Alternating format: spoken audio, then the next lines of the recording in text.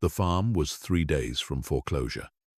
The man holding the note was a millionaire, and he wanted more than money to forgive it. Then, overnight, the debt vanished from his hands entirely and landed in the hands of a stranger nobody in the county had ever heard of. Nobody knew the stranger's name. Nobody knew what he wanted. All the family knew was this: send the daughter to work off what remained, or lose everything they had ever owned. So the farmer's daughter packed a single suitcase and drove to a house that didn't appear on any map. She thought she was going there to scrub floors for a rich man's whim. She was wrong about almost everything. The man who had bought her father's debt out from under the millionaire was not a man at all. And the reason he wanted her in that house had nothing to do with money, and everything to do with a hunger 2 centuries old. By the time she understood what she'd walked into, it was already too late to leave. This is the story of how one millionaire's cruelty handed a dying tobacco farm straight into the hands of a vampire king, and how the daughter sent there as payment on a debt became the one thing he refused to let anyone take from him again. The Hale family farm sat at the end of a gravel road, 300 acres of tobacco and corn and hay that had passed down through 5 generations of Hales, each one poorer than the last. By the time it belonged to Walter Hale, the land was more legacy than livelihood, a stubborn inheritance that refused to let go of him, even as it slowly bled him dry. Walter was 61 years old, a wide, weathered man, with hands like tree bark and a spine that had started to curve from 3 decades of bending over irrigation lines and hay bales. His wife had died of a fast, cruel cancer 9 years earlier, and since then it had been just Walter and his daughter, Ivy, working the land together, stretching every dollar until it screamed. Ivy Hale was 24, though the farm had aged her in ways that had nothing to do with years. She had her mother's dark hair and her father's steady, unhurried patience, the kind that let her sit with a sick calf through the night or coax a stubborn tractor engine back to life with nothing but a wrench and profanity. She had wanted, once, to leave. She had gotten into a state university 2 hours away to study agricultural science, had packed a duffel bag and said her goodbyes, and then her mother's diagnosis had arrived like a hand closing around her throat, and she had unpacked the bag without a second thought. She told herself it was temporary. Temporary had become 9 years. The trouble had been building for a long time before it finally came to collect. A brutal drought 2 summers back had cut Walter's yield by more than half. The banknote on the equipment had come due in the middle of it. Walter had done what farmers up and down that valley had been doing for 100 years when the bank wouldn't budge. He'd gone looking for a private note, someone willing to buy out the loan and give him breathing room. What he found instead was Gerald Prescott. Prescott was not from the valley. Not really. Though he had lived in the county seat long enough that people had stopped remembering otherwise. He had made his fortune buying up distressed land across 3 counties, farms that failed one bad season at a time. And he was known for a particular kind of patience, a willingness to let a man dig his own grave for years before he ever tightened the rope. He wore a different watch every time Ivy saw him. Always gold, always heavy on his wrist, like a manacle he'd chosen for himself. He had bought Walter's note from the bank at a steep discount, smiling the whole time, calling it a favor to a neighbor. It had not felt like a favor. Prescott's interest rate on the private note was nearly triple what the bank had charged, buried in language that Walter, a man who trusted a handshake more than a lawyer, hadn't fully understood until it was too late. Every quarter, the payment grew a little larger, and every quarter, Walter grew a little grayer, trying to make it. And every quarter, Prescott found some new pretext to visit the farm in person, always in a car too clean for the gravel road. Always with that unhurried, satisfied smile. Always looking past Walter toward the house, toward the barn, toward the horizon of land. He had clearly already begun dividing up in his mind. On the night everything changed. Prescott arrived unannounced, just after dark, stepping out of his car in a tailored coat that looked absurd against the backdrop of the sagging porch and the rusted equipment scattered across the yard. Ivy was in the kitchen when she heard the car, and she came to the screen door with a dish towel still in her hands, watching her father walk out to meet him with the particular stiffness of a man bracing for a blow. "Evening, Walter," Prescott said, his voice smooth as poured oil. "I won't keep you long. I know it's been a hard season." "Every season's hard, Gerald," Walter said. "You know that better than anyone. You've been collecting off hard seasons for 20 years. Prescott's smile didn't move, but something behind his eyes sharpened. "The spring payment's 2 weeks late. I've been patient. I think you'd agree, I've been patient." "I've got half of it," Walter said. "I can have the rest by the end of the month, soon as the hay sells." "The hay's not going to cover it, Walter. We both know that." Prescott glanced past him then, toward the porch, toward Ivy, standing in the doorway, with the towel forgotten in her hands. His eyes lingered a half-second too long, and something cold moved through Ivy's stomach, an old animal instinct that had nothing to do with debts or interest rates. "I've been thinking," Prescott went on, "that maybe it's time we talked about other arrangements. There are ways to satisfy a note besides cash, Walter. Ways that don't put you out on the road." "What are you saying?" "I'm saying I could use good help up at my place. Someone reliable. Someone who could work off the difference." His gaze slid back to Ivy again, slower this time, cataloguing her the way a man might catalogue livestock at auction. "I'd be willing to knock a considerable amount off the note in exchange for the right kind of arrangement." Walter's hands curled into fists at his sides.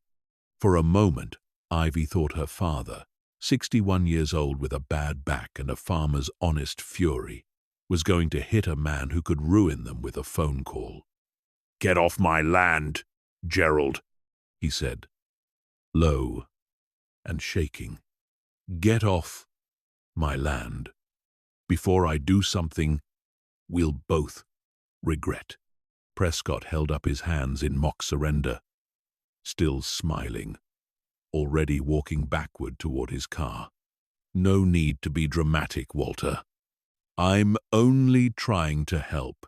But the payment's due, and I won't wait forever. You've got until the end of the month, in full, or I start proceedings. I've been more than fair." He got into his car and paused, rolling down the window before he pulled away. "Think about my offer," he added, looking past Walter one more time, toward the porch.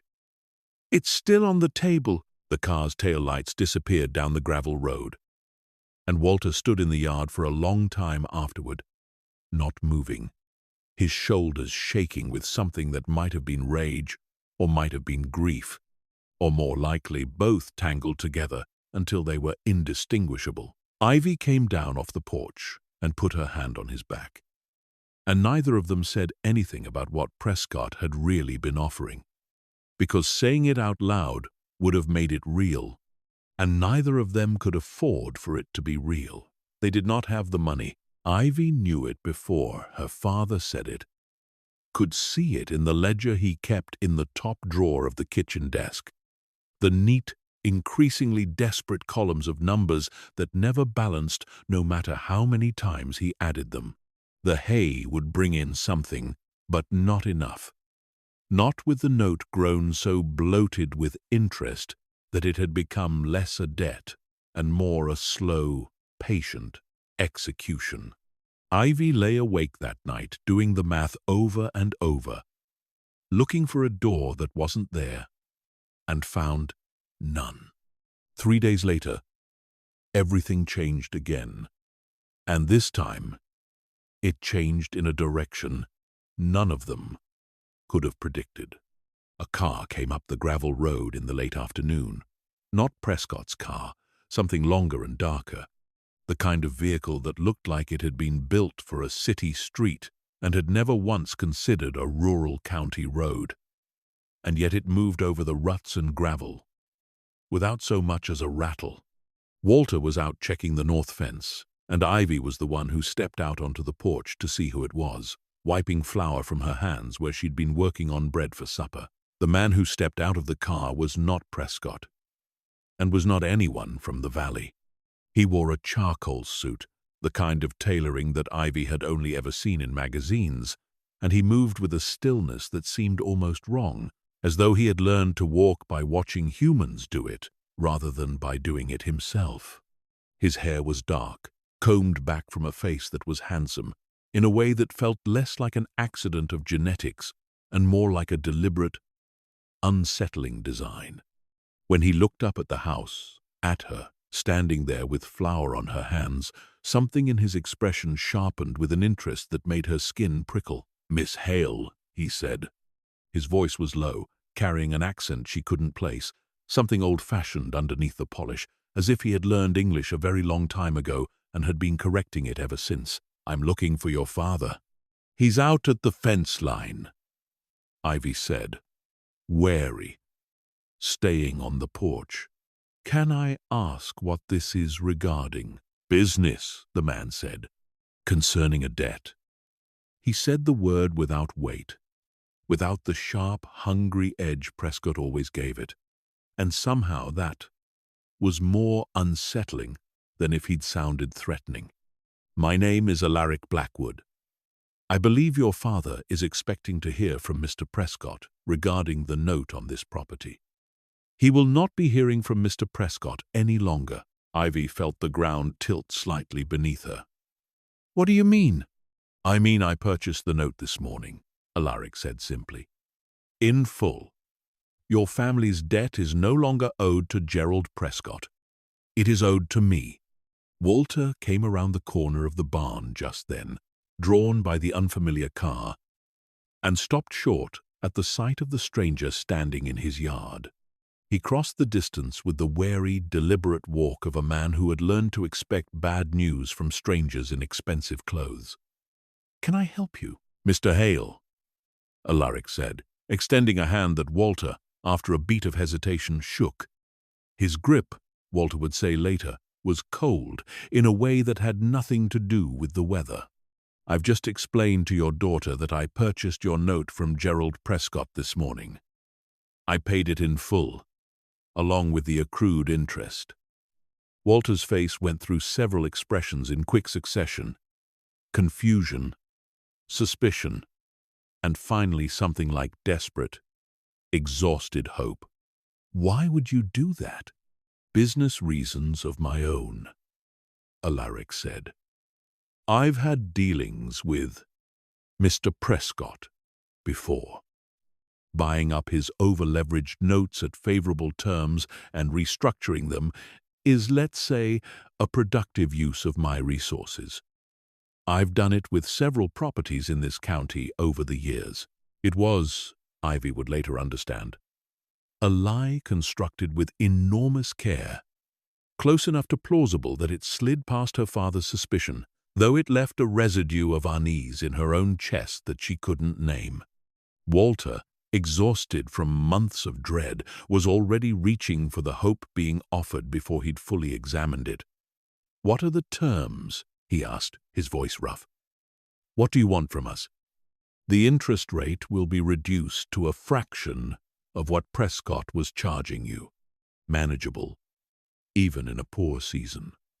Alaric's dark eyes moved over the farm, the sagging barn roof, the rusted machinery, with an assessment that felt clinical rather than cruel. "But I do have one condition." "Here it comes," Ivy thought, her stomach dropping. "This is where he tells us the real price. I require domestic help at my estate, roughly 40 minutes from here, in the old Ashworth Manor beyond the ridge." Alaric said, "My current staff is insufficient for the scale of the property. I would like your daughter to come and work for me, as compensation toward reducing the balance further, above and beyond what the reduced interest already provides. Room and board included. A fair wage on top of the debt reduction. She would, of course, be free to leave at any time, and free to visit home whenever she wishes. This is not indentured servitude, Mr. Hale. It is employment, freely chosen, that happens to also benefit your family's finances." Walter looked at Ivy, torn, the shame of it evident on his face, the humiliation of having his daughter's labor discussed as currency in front of her, like she was a horse being appraised. "Ivy," he started. "You don't have to." "I'll do it," Ivy said, before he could finish, because she had already done the math in her head the way she'd done it every night for weeks, and this was the only door that had opened. "If it keeps the farm, I'll do it." Alaric's gaze settled on her again, and for just a moment something flickered behind his dark eyes. Something that looked almost like satisfaction, though whether it was the satisfaction of a shrewd businessman closing a favorable deal or something else entirely, Ivy couldn't have said. "Very good," he said. "A car will come for you Monday morning." He left the paperwork with Walter, thick legal documents that a county lawyer would later confirm were, strangely, more generous than anything Prescott had offered, airtight and fair in ways that seemed almost designed to remove any possible objection. Walter signed them with hands that trembled with relief rather than fear. It was only after the black car had disappeared back down the gravel road that Ivy allowed herself to feel the unease she'd been holding back.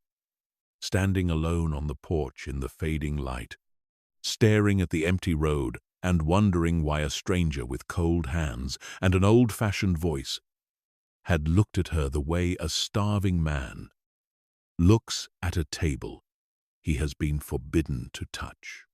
She did not sleep well that week. She told herself it was nerves about leaving, about the strange arrangement, about handing her labor and her daily life over to a man she'd met for 5 minutes in her own front yard. She packed a single suitcase, mostly practical clothes, a few books, a photograph of her mother in a cracked frame that she wrapped carefully in a sweater. Walter hugged her on the porch Monday morning, his big shoulders shaking, saying nothing about how wrong it felt to send his daughter off like this, because they both knew there was no other way, and some truths were better left unsaid. The car that came for her was driven by a silent man in a gray uniform, who did not offer his name and did not attempt conversation. And Ivy spent the 40-minute drive with her forehead against the cool window glass, watching the familiar hills of home give way to a landscape she didn't recognize. Dense forest closing in tighter and tighter around the road until the light itself seemed to dim, filtered green and gray through a canopy that blocked out most of the sky. She had lived her whole life in that county and had never once heard of an Ashworth Manor, and something about that felt significant in a way she couldn't articulate. The estate appeared, suddenly, the way mountains sometimes appear through fog, all at once and enormous, a sprawling structure of dark stone and towering windows that seemed to have grown out of the ridge itself rather than been built upon it. Ivy had seen pictures of European castles in her old textbooks, and the manor reminded her of those pictures more than anything she associated with rural Virginia. Gothic arches and stone gargoyles perched at the corners of the roofline, ivy climbing the walls in patterns too deliberate to be entirely natural. Despite its age, it did not look neglected. Every window gleamed. Every stone looked freshly swept. It was the kind of maintained, deliberate beauty that suggested enormous, invisible resources being spent to keep entropy at bay. A woman was waiting on the front steps when the car pulled up, tall and severe, with silver hair pulled back in a tight knot and a black dress that looked more like a uniform of rank than of service. She introduced herself as Mrs. Voss, the head of the household staff, and her eyes swept over Ivy with an appraisal that felt eerily similar to the one Alaric had given her in the farmyard, though colder, more suspicious. "You'll follow the house rules without exception, Mrs." Voss said, leading Ivy through a cavernous entry hall lined with oil paintings of men and women in old-fashioned dress, their eyes seeming to track Ivy's progress across the marble floor. "You keep to the staff quarters and the areas assigned to your duties. You do not enter the West Wing under any circumstances, day or night. You do not enter Mr. Blackwood's private study unless summoned.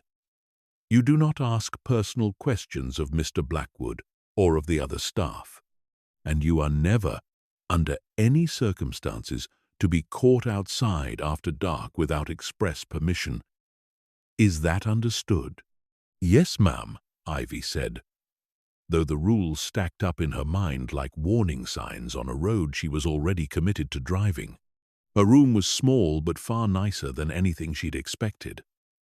Tucked in a converted servant's wing on the third floor, with a narrow bed, a washstand, and a window that looked out over dense, dark forest rather than the manicured front grounds. She spent her first 2 days in a blur of unfamiliar labor.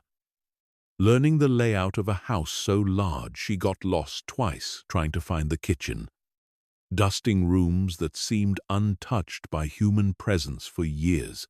Polishing silver that gleamed as though it had never once tarnished. She did not see Alaric Blackwood at all during that time, though she felt, more than once, a strange prickling sensation of being watched, a sensation she dismissed as nerves born of unfamiliar surroundings, right up until the third night, when she woke past midnight to the absolute certainty that someone was standing in the hallway outside her door. She lay frozen in the dark, listening to a silence so complete it had a texture, and then, faintly, the sound of footsteps retreating, unhurried, deliberate, moving away down the corridor without the slightest creak of the old wooden floor beneath them, which was, she would think later, the strangest part of all. She did not sleep again that night. The first real conversation she had with Alaric Blackwood happened 4 days into her employment in the estate's sprawling library, a room 2 stories tall, with a rolling ladder and shelves that disappeared up into shadow.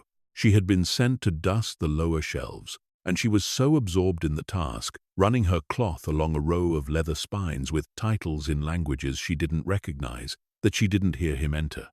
"You handle the books carefully," he said, and Ivy startled so badly she nearly dropped the duster, spinning to find him standing perhaps 10 feet away, though she hadn't heard a single footstep announce his arrival.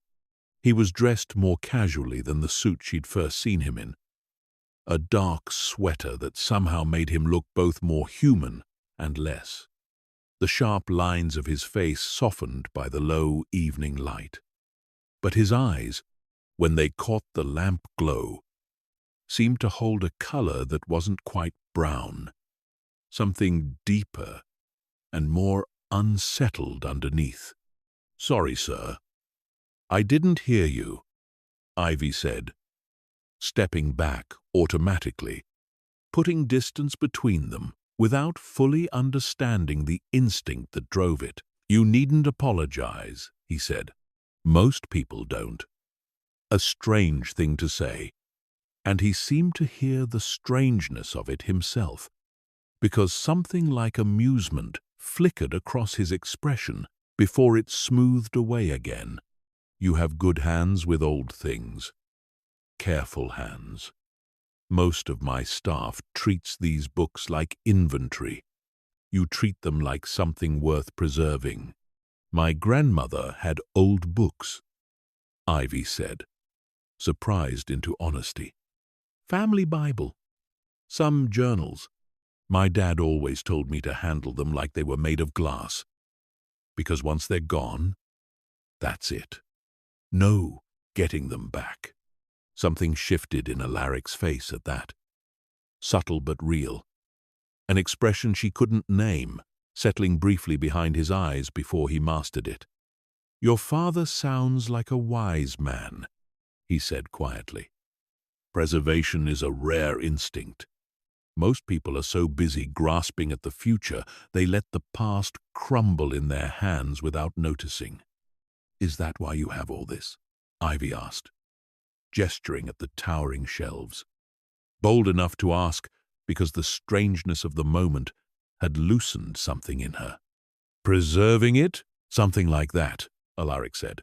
His gaze lingered on her a moment too long, the way it had in the farmyard. And Ivy felt that same prickle of unease crawl up the back of her neck. Though underneath it, disturbingly, she also felt something else, a pull she didn't want to examine too closely. "You should get some rest, Miss Hale. It grows late."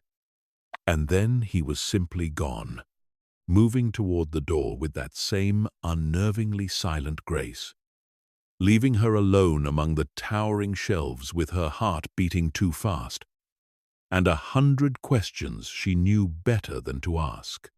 Over the following 2 weeks, these strange, brief encounters repeated themselves, always at odd hours, always when Ivy least expected him, in the library, in the long gallery of portraits, once in the kitchen garden at dusk when she'd gone out to cut herbs for the cook and found him standing at the edge of the tree line as though he'd been waiting for her, though he claimed it was coincidence.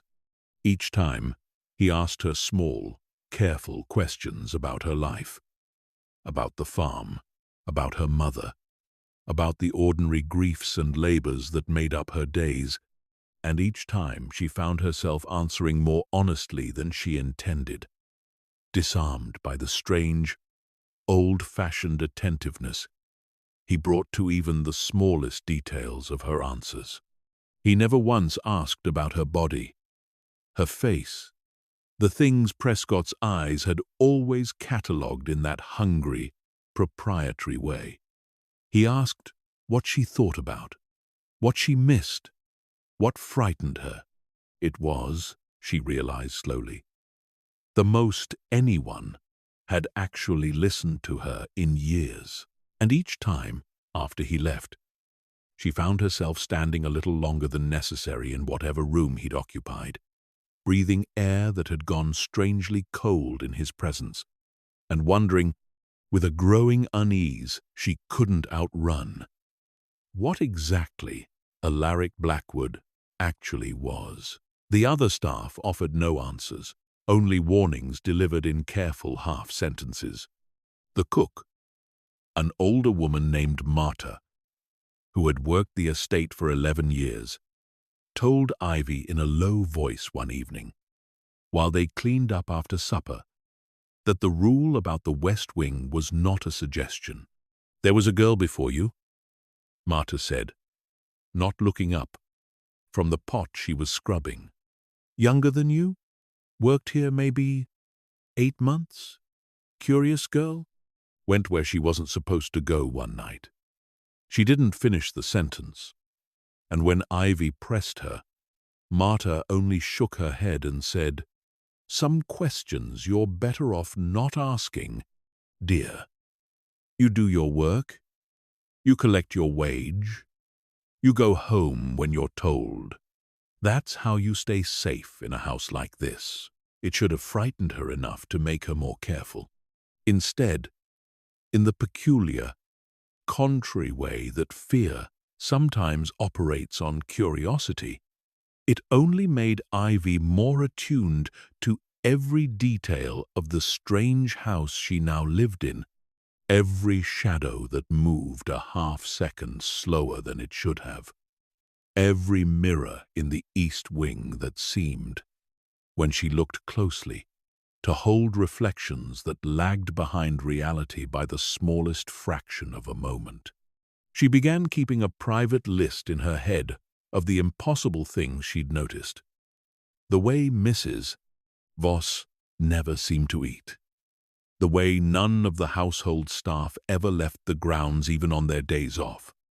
The way the portraits in the long gallery included one of Alaric Blackwood himself, dated, according to the small brass plaque beneath it, to a year more than a century and a half in the past. The man in the painting wearing different clothes but possessing the exact same face, down to the particular, unsettling stillness in his dark eyes. She stood in front of that painting for a long time on a rainy afternoon in her 4th week, alone in the gallery, feeling something cold and vast open up beneath her understanding of the world.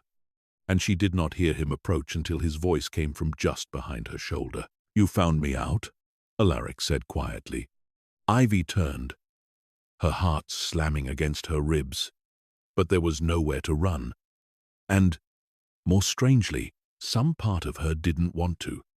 "That painting is 150 years old," she said. "And it's you. It's exactly you." "Yes," he said simply. "How?" He was quiet for a long moment, studying her face with an intensity that made her feel both entirely seen and entirely unsafe. Though not, she realized slowly, unsafe in the way she should have expected. "I think you already suspect the answer, Miss Hale. I think you've suspected it for some time. You are a careful, observant woman. You've simply been waiting for enough courage to ask the question directly, rather than let it sit unspoken." He took a slow step closer, and the temperature in the gallery seemed to drop with each footfall, the rain-grey light through the tall windows catching something strange and shifting in the depths of his eyes. "I am not a man who buys distressed farm debts as an investment strategy, Ivy. I bought your father's note because I needed a reason to bring you into this house without frightening either of you away. And I am not human. I have not been human for a very long time." The word, when it finally surfaced in her own mind, arrived with a strange, quiet inevitability rather than shock. "Vampire," she said. Yes, she should have run. Every instinct honed by every horror story she'd ever half believed told her to run, and yet she found herself simply standing there, looking up at a face that had remained unchanged across a century and a half, feeling something complicated and unresolved settle in her chest instead of fear. "Why me?" she asked instead. "Why my father's debt? Why any of this?" "Because, for the first time in more years than I can comfortably count," Alaric said, his voice dropping to something raw, less composed than she'd yet heard from him, "I saw a woman who reminded me that patience is not the same thing as emptiness. I saw you in that farmyard defending your father with your spine straight and your hands shaking with fury you refused to show, and something in me that had gone very quiet for a very long time woke up." He reached out, slowly, giving her every opportunity to step back, and when she didn't, he brushed a strand of hair from her face with a touch so cold it startled her, and so gentle it undid something in her chest at the same time. "I have watched this valley for longer than the county courthouse has stood. I have watched men like Prescott bleed families like yours, dry for sport and for profit for 200 years. Different names, same cruelty. I bought your debt because I could not stand to watch it happen again, and because the moment I saw you, I understood I did not merely want to save your family. I wanted to know you. Ivy's mind raced through every implication, the danger, the impossibility, the strange, disorienting truth of it all colliding against something else entirely, something warmer and more dangerous than fear. The staff, she said slowly. Marta, Mrs. Voss, the girl who went into the West Wing. Something dark passed behind Alaric's eyes. The staff who serve me knowingly are protected and well compensated for their loyalty, and none of them are what you're imagining. The girl who went into the West Wing against every warning she was given, he said, his voice going quiet and careful in a way that told Ivy there was more to that story than he intended to share yet. Made a choice that had consequences neither of us wished for. I would very much like it if you never had to learn the details firsthand. Is that a threat? No, Alaric said, and something in the immediate, wounded sharpness of his answer told her it was the truth. It is a warning, born of care, not of menace. There are things sharing this house with us that even I must be careful of, Ivy. Things older and hungrier than I am, that I keep bound to old agreements through methods I would rather not have to test twice. He studied her face again, searching for the fear he clearly expected and seemed almost pained not to find in full measure. You are not frightened of me, he said, and it wasn't quite a question. I don't know what I am, Ivy admitted. I should be. Every part of my brain is telling me I should be. But I've spent my whole life being afraid of men who turned out to be far less dangerous than they wanted me to believe, and far crueler than they had any right to be. You're the first person who's asked me what I think about in longer than I can remember. She looked up at him, at the portrait behind him, bearing his exact, unchanged face across a century and a half of quiet waiting. And something settled inside her. Not certainty exactly, but a willingness to stay long enough to find out. I'm not leaving, she said. Not yet. Not until I understand what all of this actually is. Alaric's expression, for just a moment, broke entirely open. Centuries of careful composure cracking to reveal something achingly young and uncertain underneath. Then let me show you, he said. Properly.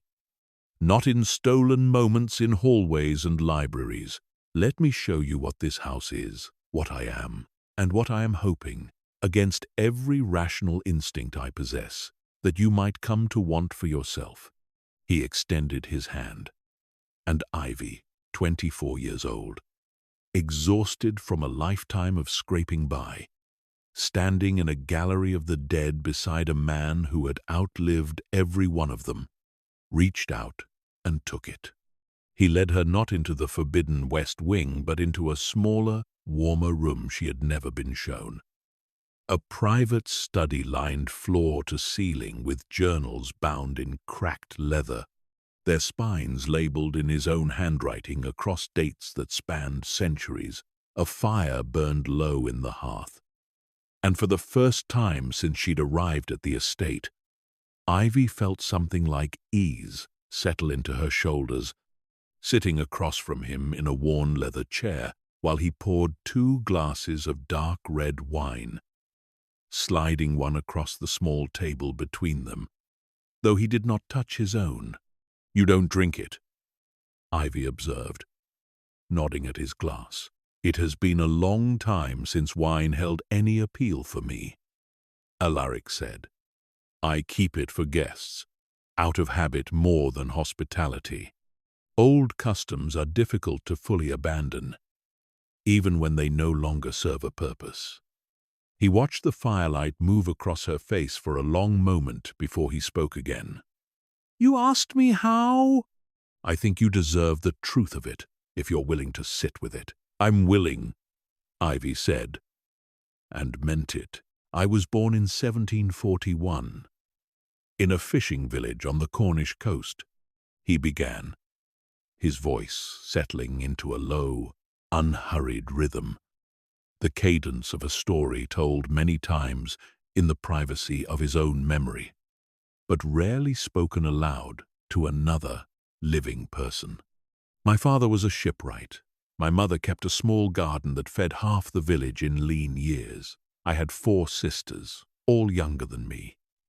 And I remember being certain, with the particular arrogance of a young man of 20, that my life would be spent exactly as my father's had been spent, building boats, marrying a girl from the next village, growing old within sight of the same grey water."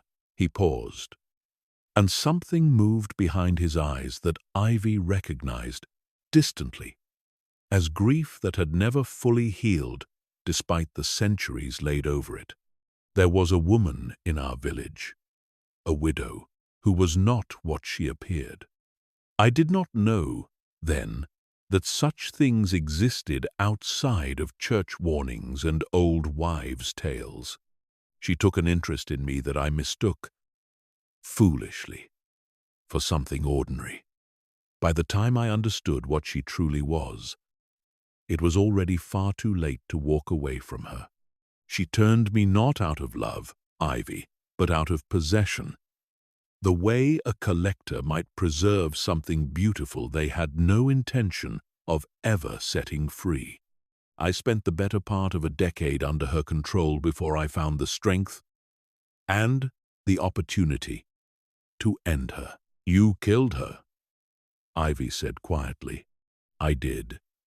It remains, to this day, the only killing I have never once regretted." His jaw tightened, an old anger surfacing briefly before he set it aside. "After that, I was alone in a way I hadn't the language to describe. No maker to guide me, no coven willing to claim an orphaned vampire with no lineage of value. I spent the following century learning to survive on my own terms, building wealth, building distance, building walls so thick that nothing could get close enough to be taken from me again.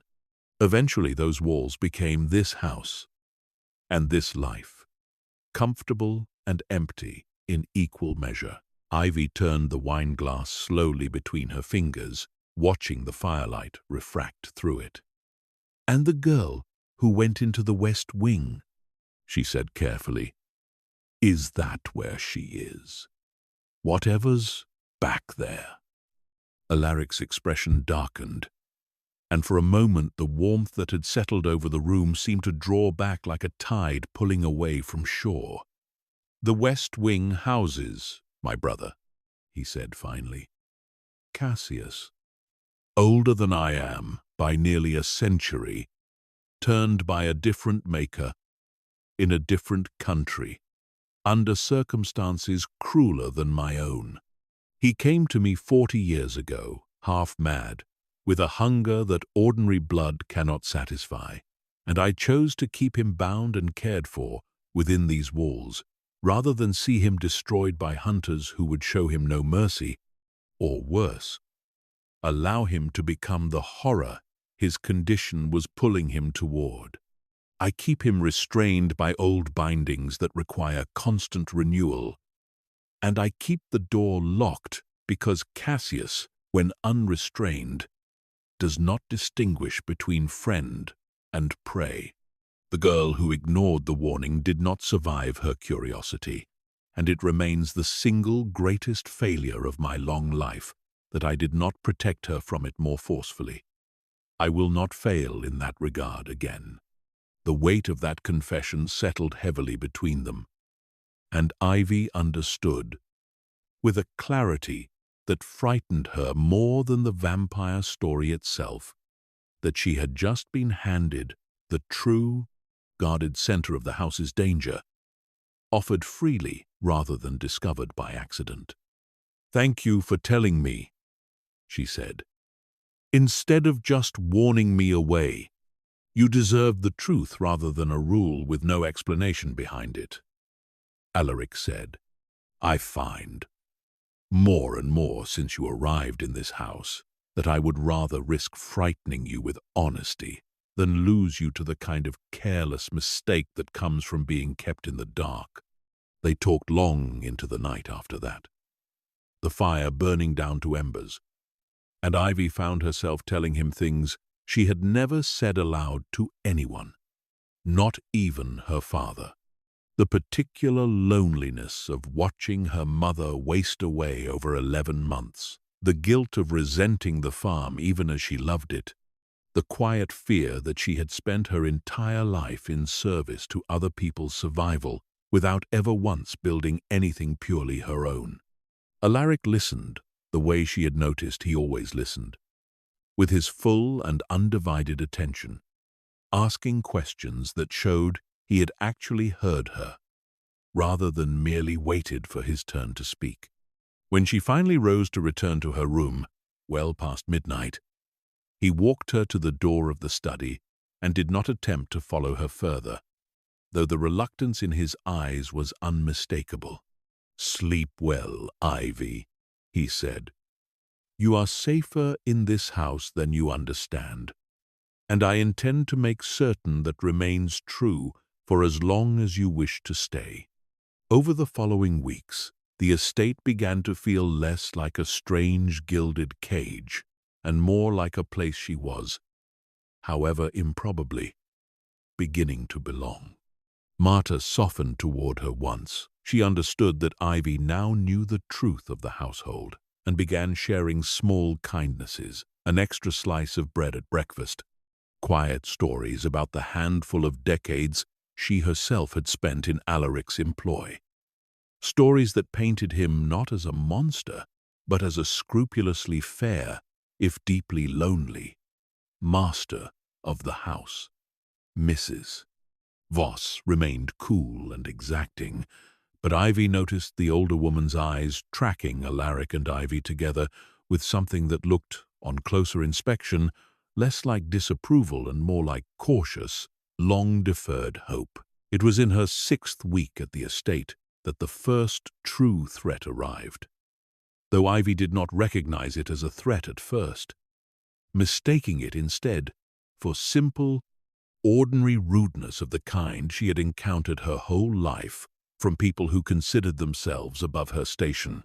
A car arrived at the estate on a gray Thursday afternoon, sleeker and darker even than the one that had first brought Ivy to the manor, and the woman who stepped out of it moved with a predatory elegance that made every hair on Ivy's arms rise before the stranger had said a single word.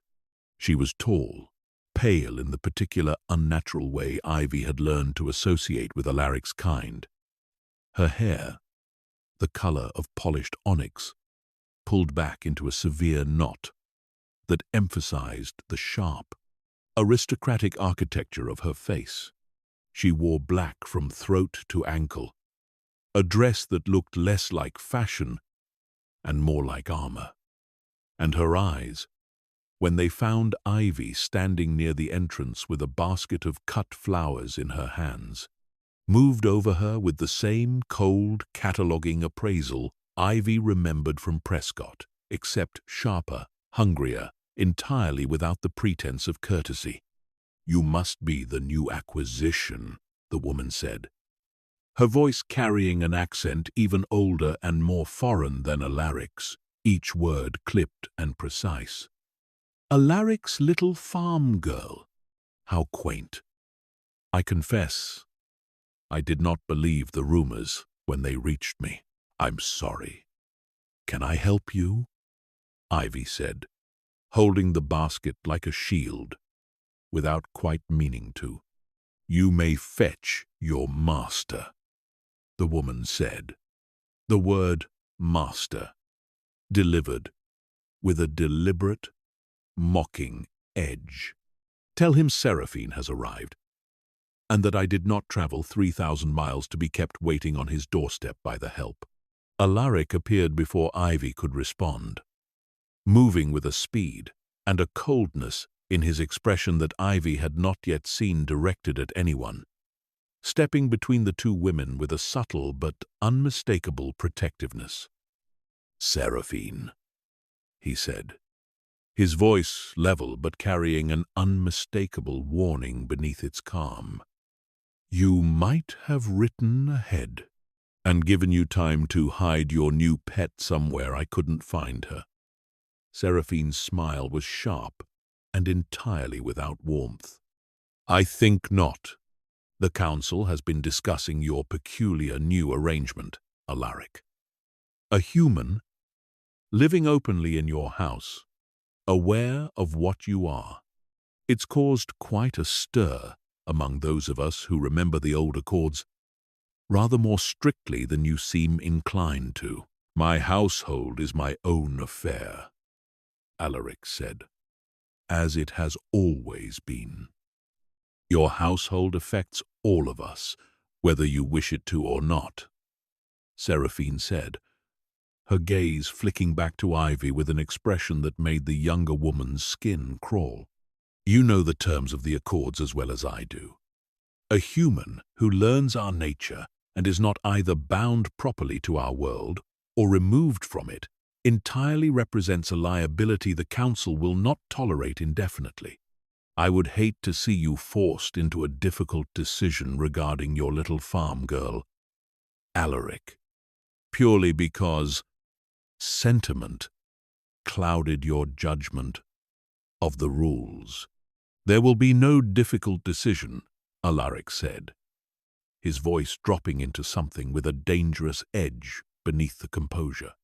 "Ivy remains under my protection, fully and permanently, and anyone who threatens that protection, council sanction or otherwise, will find me considerably less patient than my reputation suggests." Seraphine's eyes narrowed, something calculating moving behind them, though she inclined her head with exaggerated, mocking courtesy. "We shall see how patient the council finds itself, once word spreads further. I only came to warn you as a courtesy, Alaric. For old time's sake, I would hate to see 2 centuries of careful reputation unraveled over a farmhand." Her gaze slid one final time to Ivy, lingering, assessing, and something in that look promised this was not the last Ivy would see of her. "Enjoy your little diversion while it lasts, dear," she said, before turning and gliding back toward her car without waiting for a response, leaving behind an unnatural chill in the air that took several minutes to fully dissipate. Alaric watched the car disappear down the long drive, with an expression Ivy had not yet seen on him, something taut and watchful, the composed stillness of a man calculating the size of a threat he had hoped to have more time to prepare for. "Who was that?" Ivy asked quietly, once the sound of the engine had faded entirely. "Seraphine is a member of the ruling council that governs the affairs of my kind across this territory," Alaric said, "old, powerful, and deeply invested in maintaining rules that have kept vampires hidden and human casualties minimized for centuries. Rules I have, admittedly, always found myself chafing against, but rules I have never before had reason to break as openly as I am now breaking them with you." He turned to look at her, and the watchfulness in his expression softened into something more careful, more protective. "I did not expect word to travel this quickly. I had hoped to give you more time to settle into this world before it demanded anything of you." "What does it mean?" Ivy asked. though she suspected she already understood the shape of the answer, that a human who knows about your kind isn't bound or removed. Alaric's jaw tightened. It means, in the language the Council prefers, that you must either become one of us in time, through the proper process and with your full consent, or your memory of everything you have learned must be taken from you, and you would be returned to your farm with no recollection of this house, of me, or of the debt that was never truly resolved in the way you believed. His eyes met hers, and something raw and unguarded moved behind them. I have no intention of allowing either outcome to be forced upon you against your will, Ivy. But I would be lying if I told you Seraphine's visit was not the opening move of something larger and considerably more dangerous than I had hoped to bring into your life so soon. Ivy stood very still, the basket of flowers forgotten at her side, feeling the fragile, unexpected peace of the last several weeks crack open to reveal the much larger, much colder world she had unknowingly stepped into the moment she'd taken his hand. "Then we'd better figure out what happens next," she said, with more steadiness in her voice than she entirely felt, "before she decides to figure it out for us." 40 minutes away, in the same county courthouse office where he had first reviewed the paperwork of a debt sale he no longer entirely understood, Gerald Prescott sat with a folder open in front of him.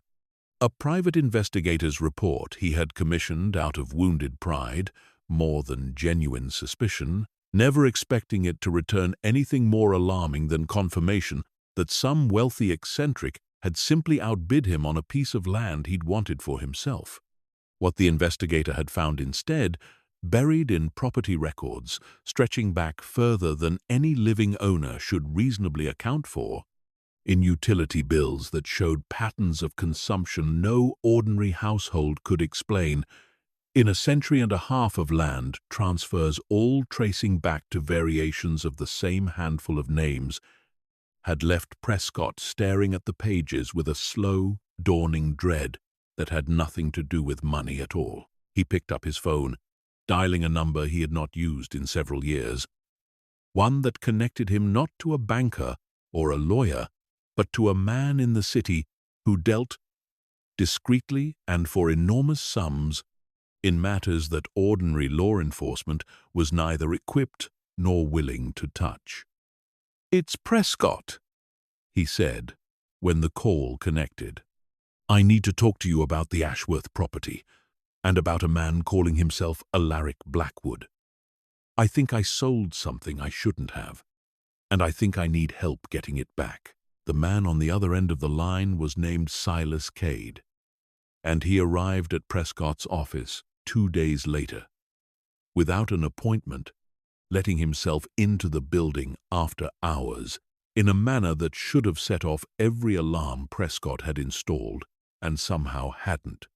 Cade was lean and sun-weathered, somewhere in his 50s, though his eyes carried the particular hard flatness of a man who had seen far more than 50 years of ordinary living could account for.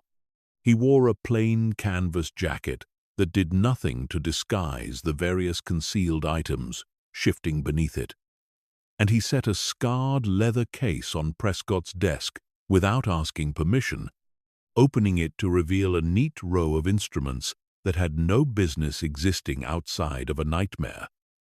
Vials of liquid, the color of tarnished silver, a collection of blades too ornate for practical use, unless their practical use was something other than what an ordinary blade was for.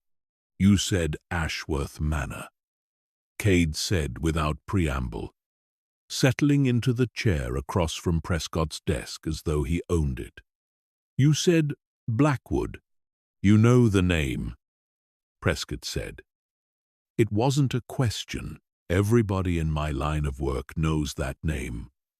Prescott, and everybody in my line of work knows better than to go looking for trouble on that particular ridge. Cade's eyes were unreadable in the low light of the office.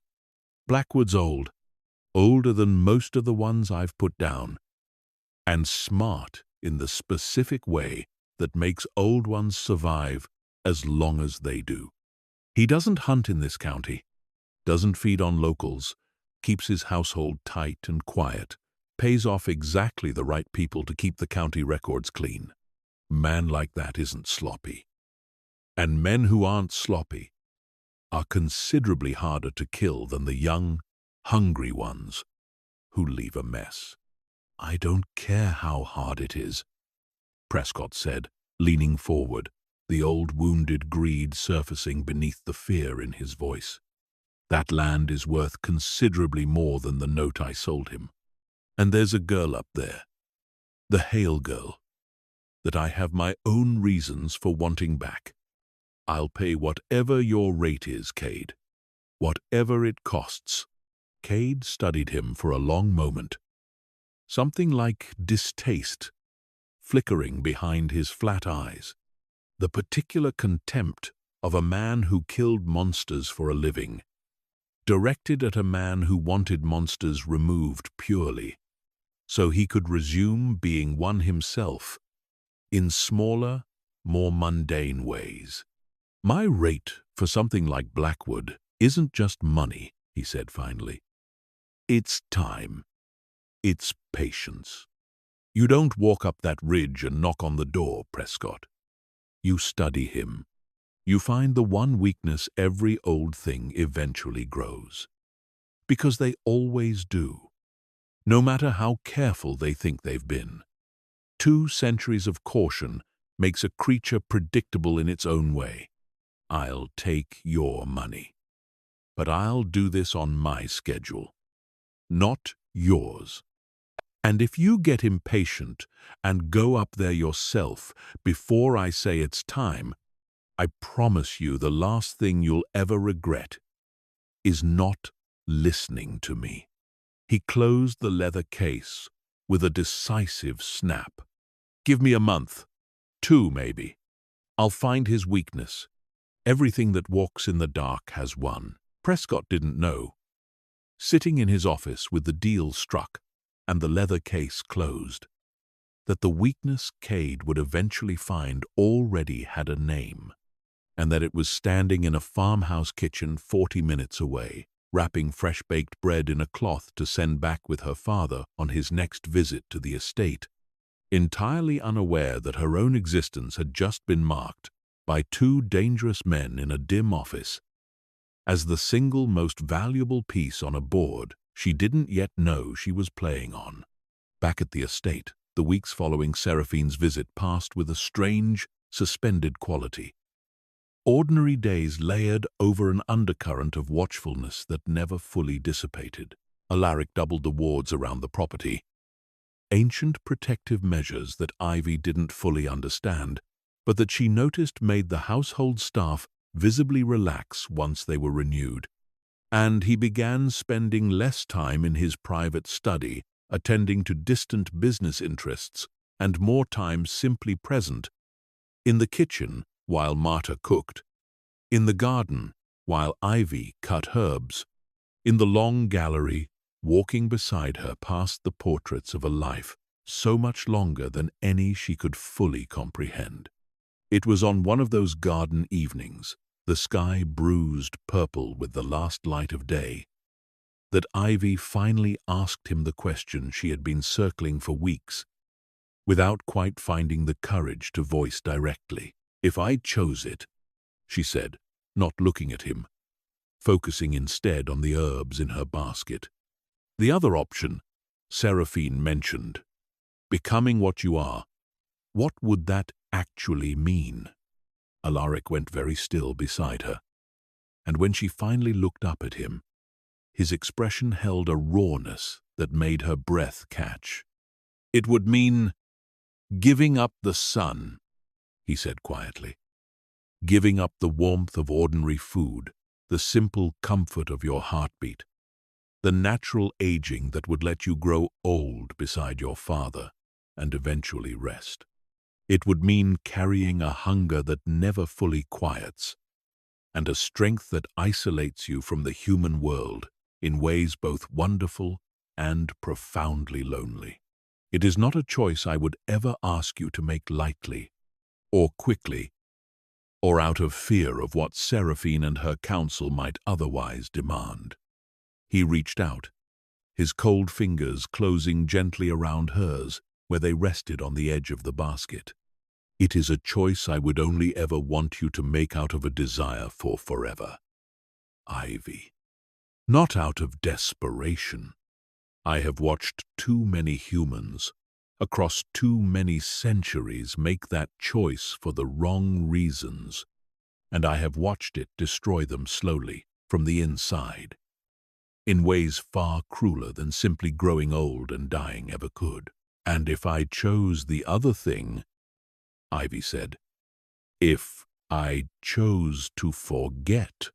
Something in Alaric's face closed, briefly, an old grief surfacing, and just as quickly suppressed. Then I would let you, he said.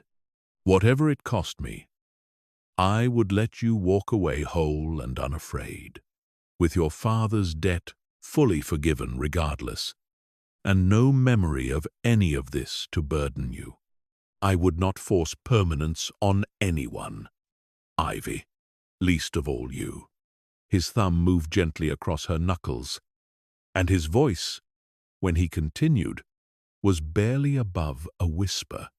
But I will tell you honestly, because I think you deserve honesty above comfort, that the thought of you forgetting me is the closest thing to genuine fear I have felt in longer than I can accurately measure. Ivy set the basket down in the grass and turned to face him fully, the last light fading around them, the estate rising dark and ancient at their backs. I'm not ready to answer that question yet, she said. But I want you to know I'm not running from it either. Whatever this is, whatever it's becoming, I want to understand it fully before I decide anything. And I want to decide it because it's what I actually want, not because Seraphine or her council or anyone else is holding a clock over my head. Then take whatever time you need, Alaric said, though the promise in his voice carried an undertone of urgency he couldn't fully mask, the awareness of a council growing impatient and a world beyond the estate's careful wards that would not wait forever for Ivy Hale to make up her mind. Neither of them yet knew how little time that world was actually prepared to grant her. The first sign that something had shifted arrived 3 weeks later, on a night when Walter Hale, having driven up for one of his now regular visits to see his daughter and inspect the farm's improving finances with his own eyes, left the estate later than usual, his old truck rattling down the dark ridge road alone, unaware that he was being watched from the tree line by a man with a scarred leather case in the trunk of his own vehicle, patiently noting the route, the timing, the isolated stretches of road where a farmer's truck might, on some future night, be made to stop.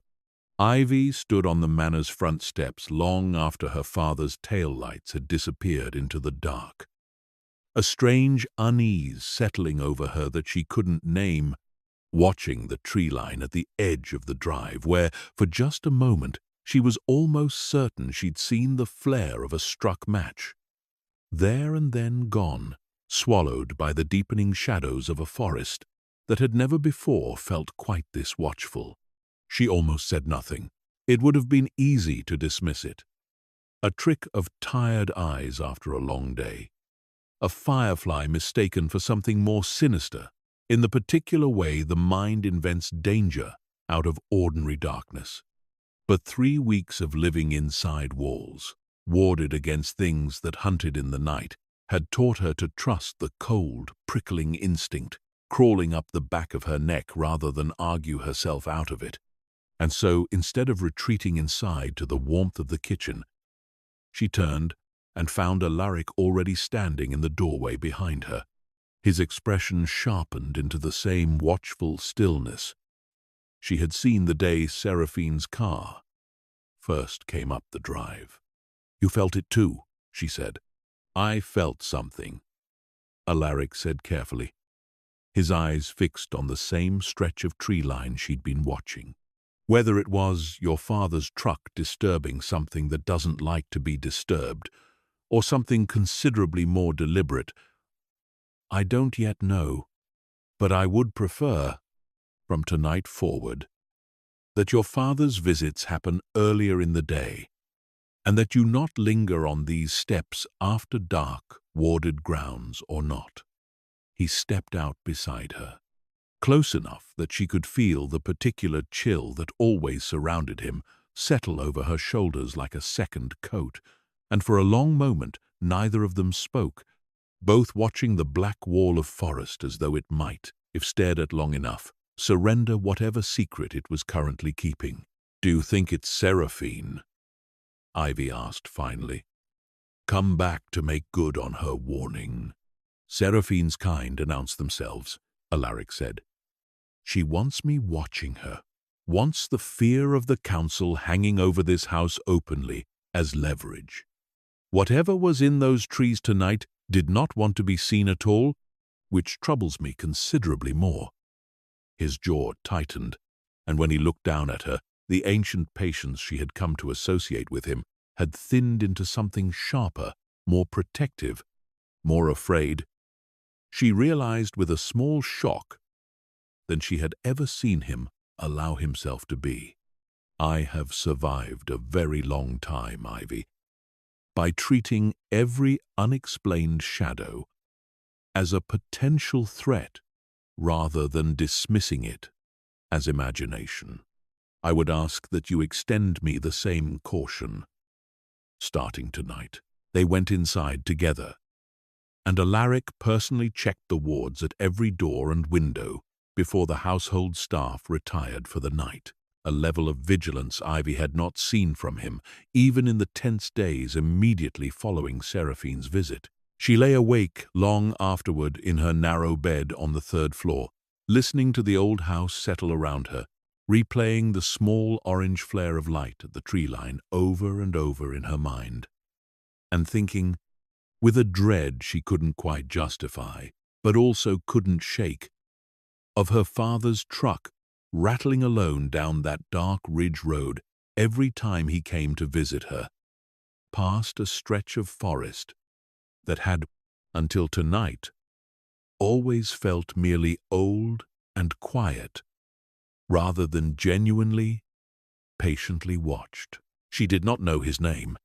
She did not know that he carried a scarred leather case filled with instruments built for exactly one purpose, or that he had spent the better part of 3 weeks studying the rhythms of the estate from a careful distance, learning the patterns of the household, the timing of Walter Hale's visits, the particular vulnerability of a debt-saved farmer driving an unescorted county road in the dark. She only knew, lying awake in the dark with the wind moving restlessly through the trees outside her window, that whatever peace she had found within these ancient stone walls over the past several weeks had just been quietly, irrevocably threatened by something patient enough to wait in the shadows and disciplined enough not to strike until it was ready, and that the ready that it was waiting for would not, she suspected, be very far off at all. Silas Cade had killed 11 vampires in his career, and every one of them had taught him the same lesson in a different shape. The old ones never fell to strength. They fell to patience, to the slow, careful exploitation of the one soft place they could not bring themselves to protect as ruthlessly as they protected everything else. For most of the old ones, that soft place was pride. For a rare few, it was territory, some ancient claim they would not abandon even under direct threat. He had watched Alaric Blackwood's estate for the better part of a month before he understood, with the quiet satisfaction of a man whose instincts had rarely failed him, that Blackwood's soft place was neither pride nor territory. It was the girl. He did not move against her directly. Cade was too old a hand for anything so clumsy, and he understood, better than Prescott ever would, that a direct assault on a warded estate protected by a vampire of Blackwood's age was a fool's errand likely to end with his own body added to some quiet corner of that forest. Instead, he watched the pattern of Walter Hale's visits, the same unescorted drive, down the same dark ridge road, twice a week, sometimes 3 times, always alone, always trusting the county road the way a man trusts a road. He has driven his entire life without incident. On a Tuesday night, 3 weeks after Ivy first noticed the flare of a match in the tree line, Walter Hale left the estate a little later than usual, having stayed for supper at Ivy's insistence, the two of them laughing over the story of a stubborn calf back home in a kitchen that had, against every expectation, started to feel like a second version of family. He drove down the ridge road with the windows cracked, humming along to a country station that faded in and out of static, the deeper the road curved into the trees, entirely unaware that headlights had begun following him from a discreet distance the moment he passed the estate's outer gate. Cade did not intend to kill Walter Hale. Killing him would have been simple and would have accomplished nothing beyond alerting Blackwood that a hunter was active in his territory before Cade was ready to reveal himself. What Cade wanted was smaller and considerably more useful. A controlled accident, a stretch of empty road, a truck run gently off the shoulder into a shallow ditch, and a farmer left shaken but very much alive, easily convinced by the right stranger arriving at exactly the right moment to help him home, to answer a few careful questions about the strange household his daughter had gone to work for. It went almost according to plan. Walter's truck clipped the soft shoulder on a blind curve, the old tires losing their grip on gravel slick with evening dew, and the truck slid sideways into the ditch with a jarring crunch of metal against earth that left Walter gripping the wheel with both hands, heart hammering, more startled than hurt. He sat there for a long moment catching his breath, and it was in that moment, headlights cutting through the dark behind him, that Cade's car pulled up along the shoulder, and a lean, sun-weathered stranger in a canvas jacket climbed out and approached with the easy, concerned posture of a good Samaritan. "You all right in there?" Cade called, his voice pitched low and friendly, nothing in his manner betraying the leather case locked in his own trunk. "Saw your light swerve." "Bad curve, that one. Catches a lot of folks this time of year." Walter rolled down his window, still gathering himself. "I'm all right. Truck might not be, though. Front end's dug in pretty good." "Let me take a look," Cade said, crouching by the front wheel with practiced, unhurried care, though his attention was less on the truck and more on the man behind the wheel, cataloguing him the way he catalogued every asset before he decided how best to use it. "You live around here?" "Farm about 10 miles east," Walter said. "Was up visiting my daughter. She works at the old Ashworth place, up past the fork." Something in Cade's expression sharpened, just slightly, quickly smoothed away. "That old manor house? Didn't know anybody lived up there these days. Fella named Blackwood bought my note off Gerald Prescott a few months back," Walter said, the words coming easier than they should have, the particular loosened honesty of a man still shaken from a near accident, grateful to a stranger who seemed, on the surface, to want nothing more than to help. "Bought it clean, cut the interest way down. Best thing that ever happened to my farm, honestly. even if the arrangement's a little unusual. My Ivy's been working up there to help cover the difference. Good man, this Blackwood, Cade said, working the front bumper loose from the soft earth of the ditch with a strength that seemed disproportionate to his lean frame, though Walter, exhausted and relieved, didn't think to question it. Strange, though, a man with that kind of money buying up a small farm's debt personally. Usually fellas like that let their lawyers handle things like that. He's a strange one, I'll grant you, Walter said, climbing out to help push, while Cade guided the wheels back onto solid ground. Keeps odd hours. House is kept dark most of the day. Curtains drawn, even at noon when I visited. But he's been good to my Ivy, far as I can tell. And good to the farm. Man's entitled to his eccentricities long as the check's clear. Cade filed every detail away with the patient precision of a man building a case. And by the time Walter's truck was back on solid ground and rumbling gratefully back to life, he had learned more from 10 minutes of careful, friendly conversation than 3 weeks of watching from the tree line had given him. He waved Walter off with a friendly warning to take the curves slower next time, and stood alone on the dark shoulder of the road for a long while after the truck's taillights disappeared, turning over what he now knew with the cold satisfaction of a hunter who has just found the first genuine crack in an old, careful creature's armor. He drove straight to Prescott's office that same night, letting himself in the same way he always did, and dropped into the chair across from Prescott's desk with an expression that made the other man sit up straighter. "I've got something," Cade said. "Not enough to move yet, but something." "What?" Prescott demanded. "The girl's father drives that ridge road alone, regular as clockwork.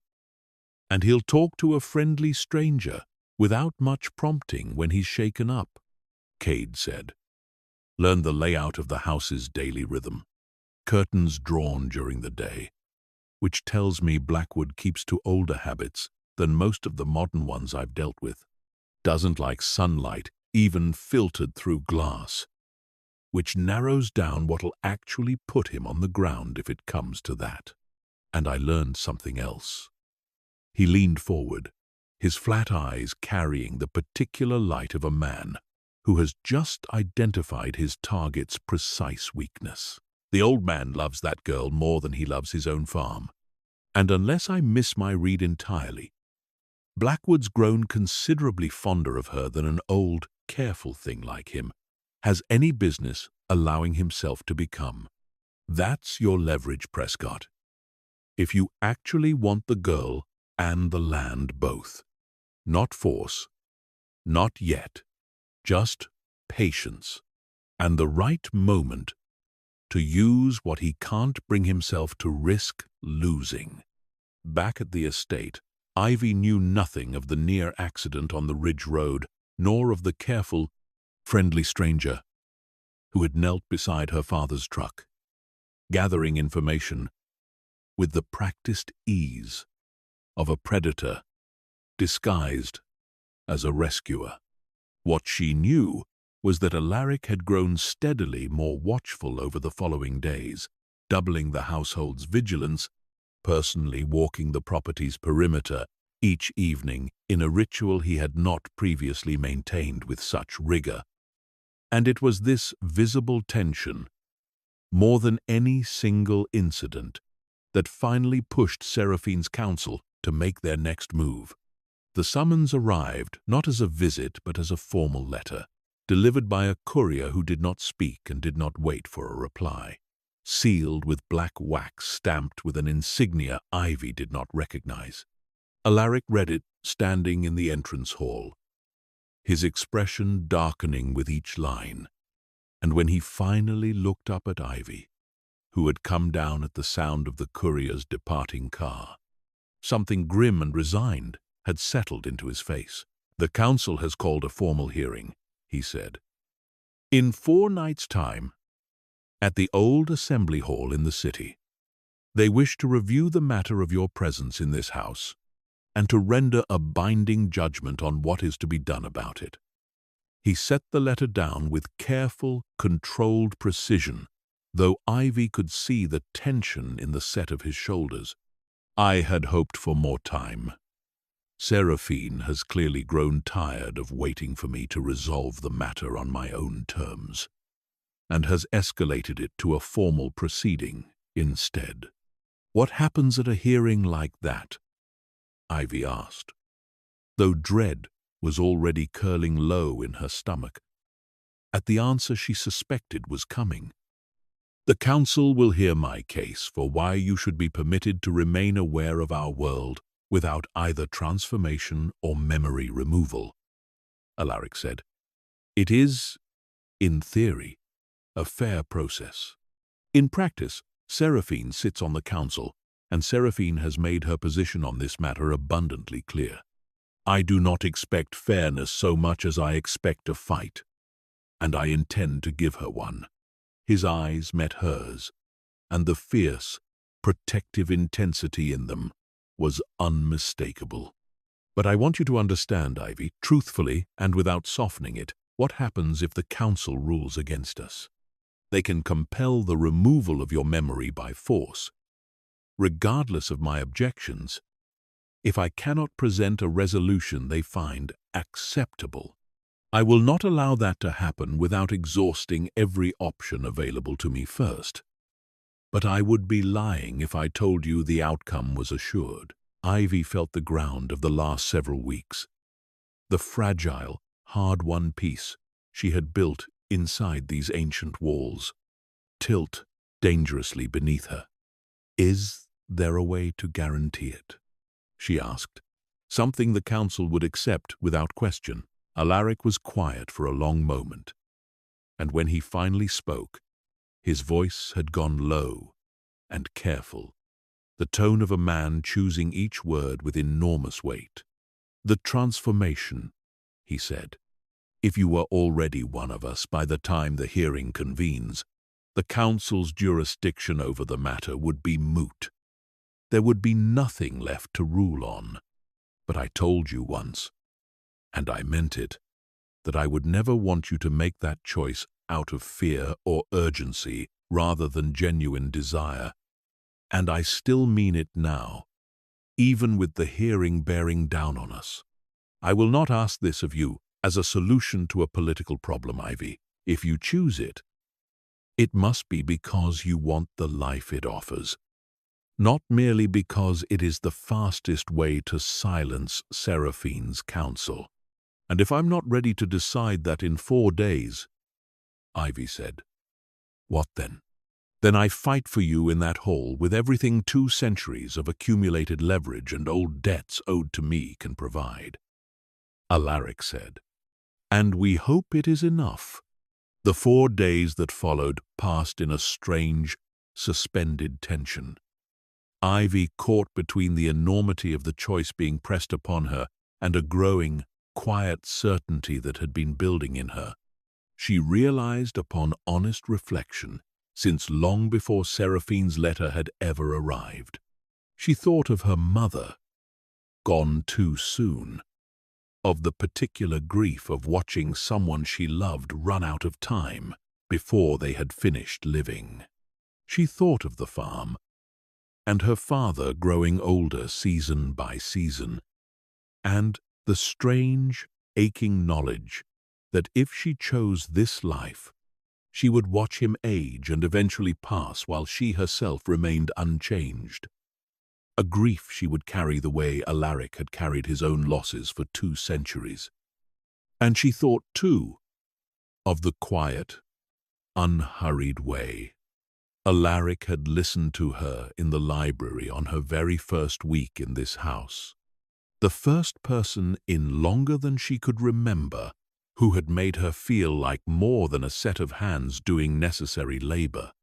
On the 3rd night before the hearing, she found him in the private study, where he had first told her the truth of what he was. The fire burned low, his journals stacked on the table beside him though he wasn't reading them. simply sitting with the particular stillness of a man carrying more weight than he wished to show.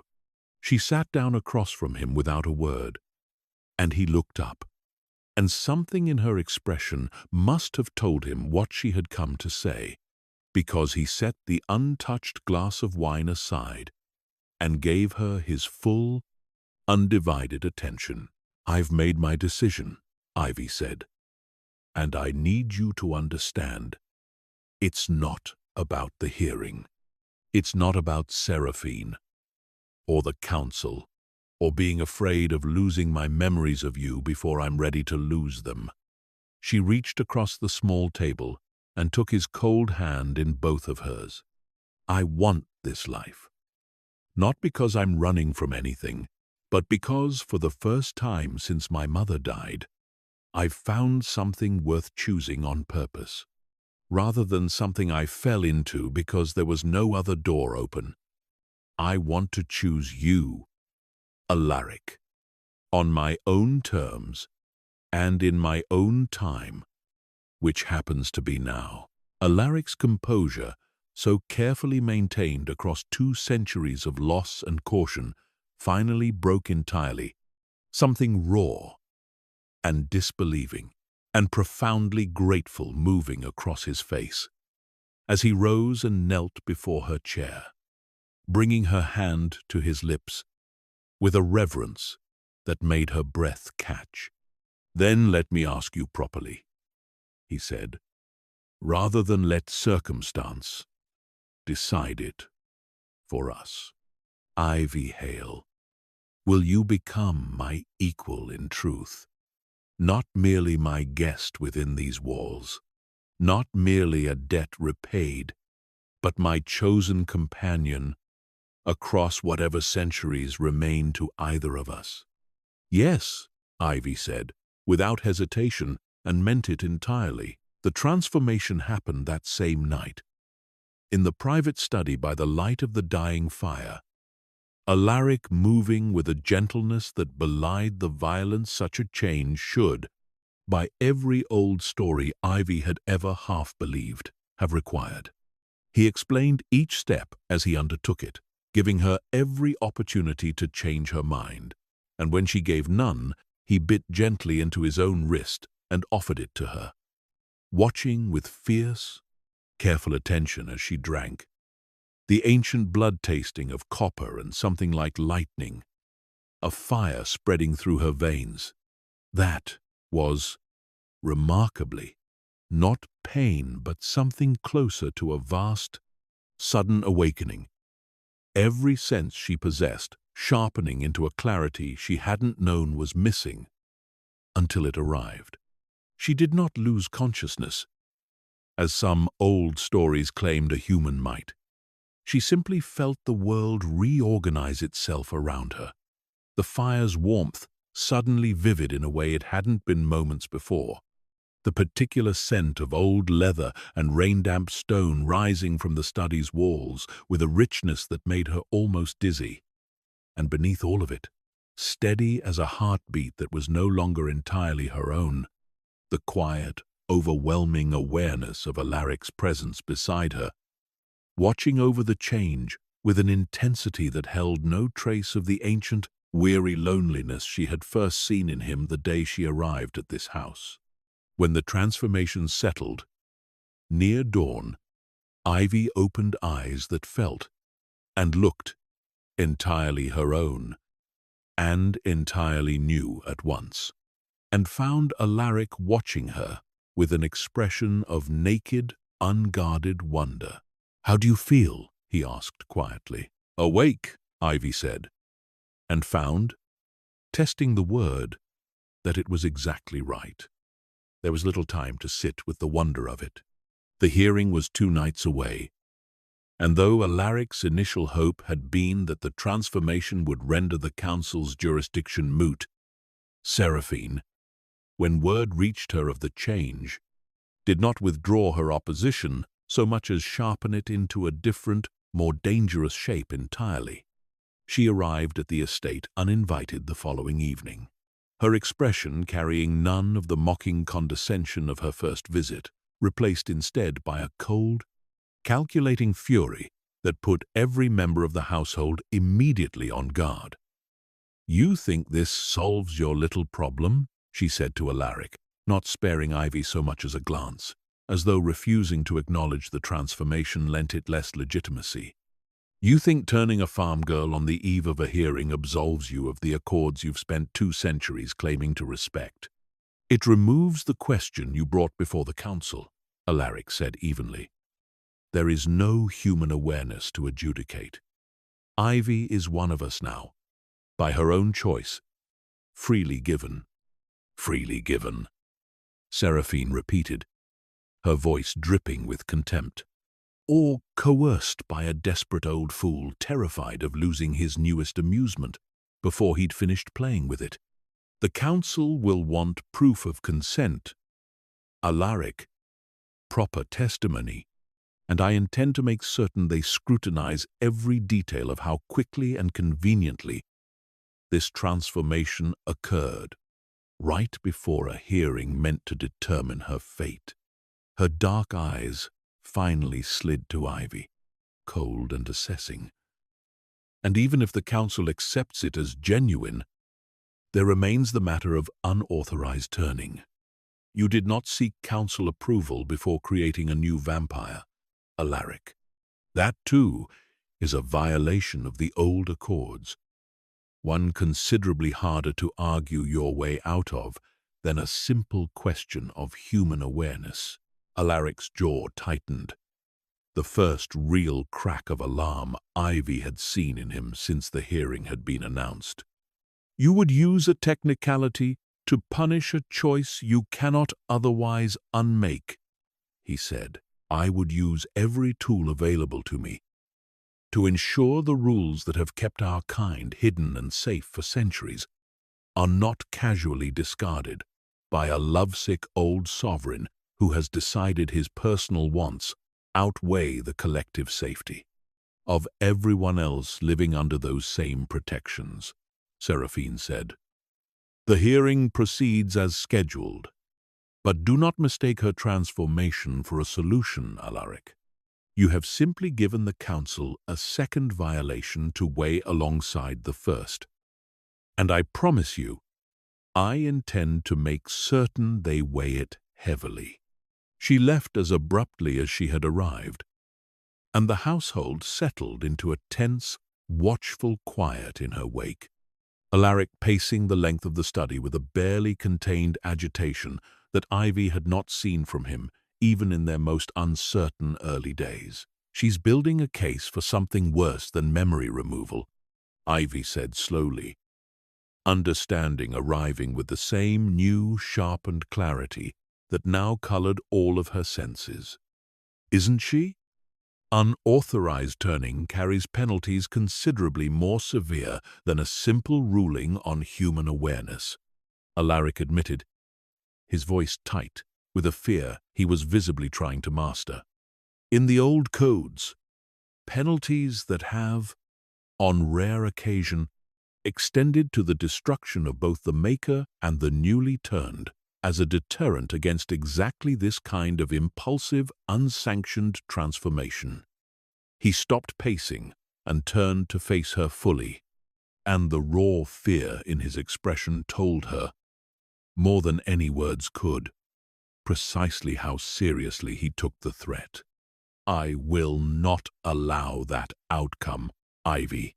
I have survived 2 centuries by understanding exactly how far the old rules can bend before they break, and I intend to use every resource, every old debt owed to me, every favor I have banked across those centuries, to ensure Seraphine does not get the ruling she is so clearly hunting for."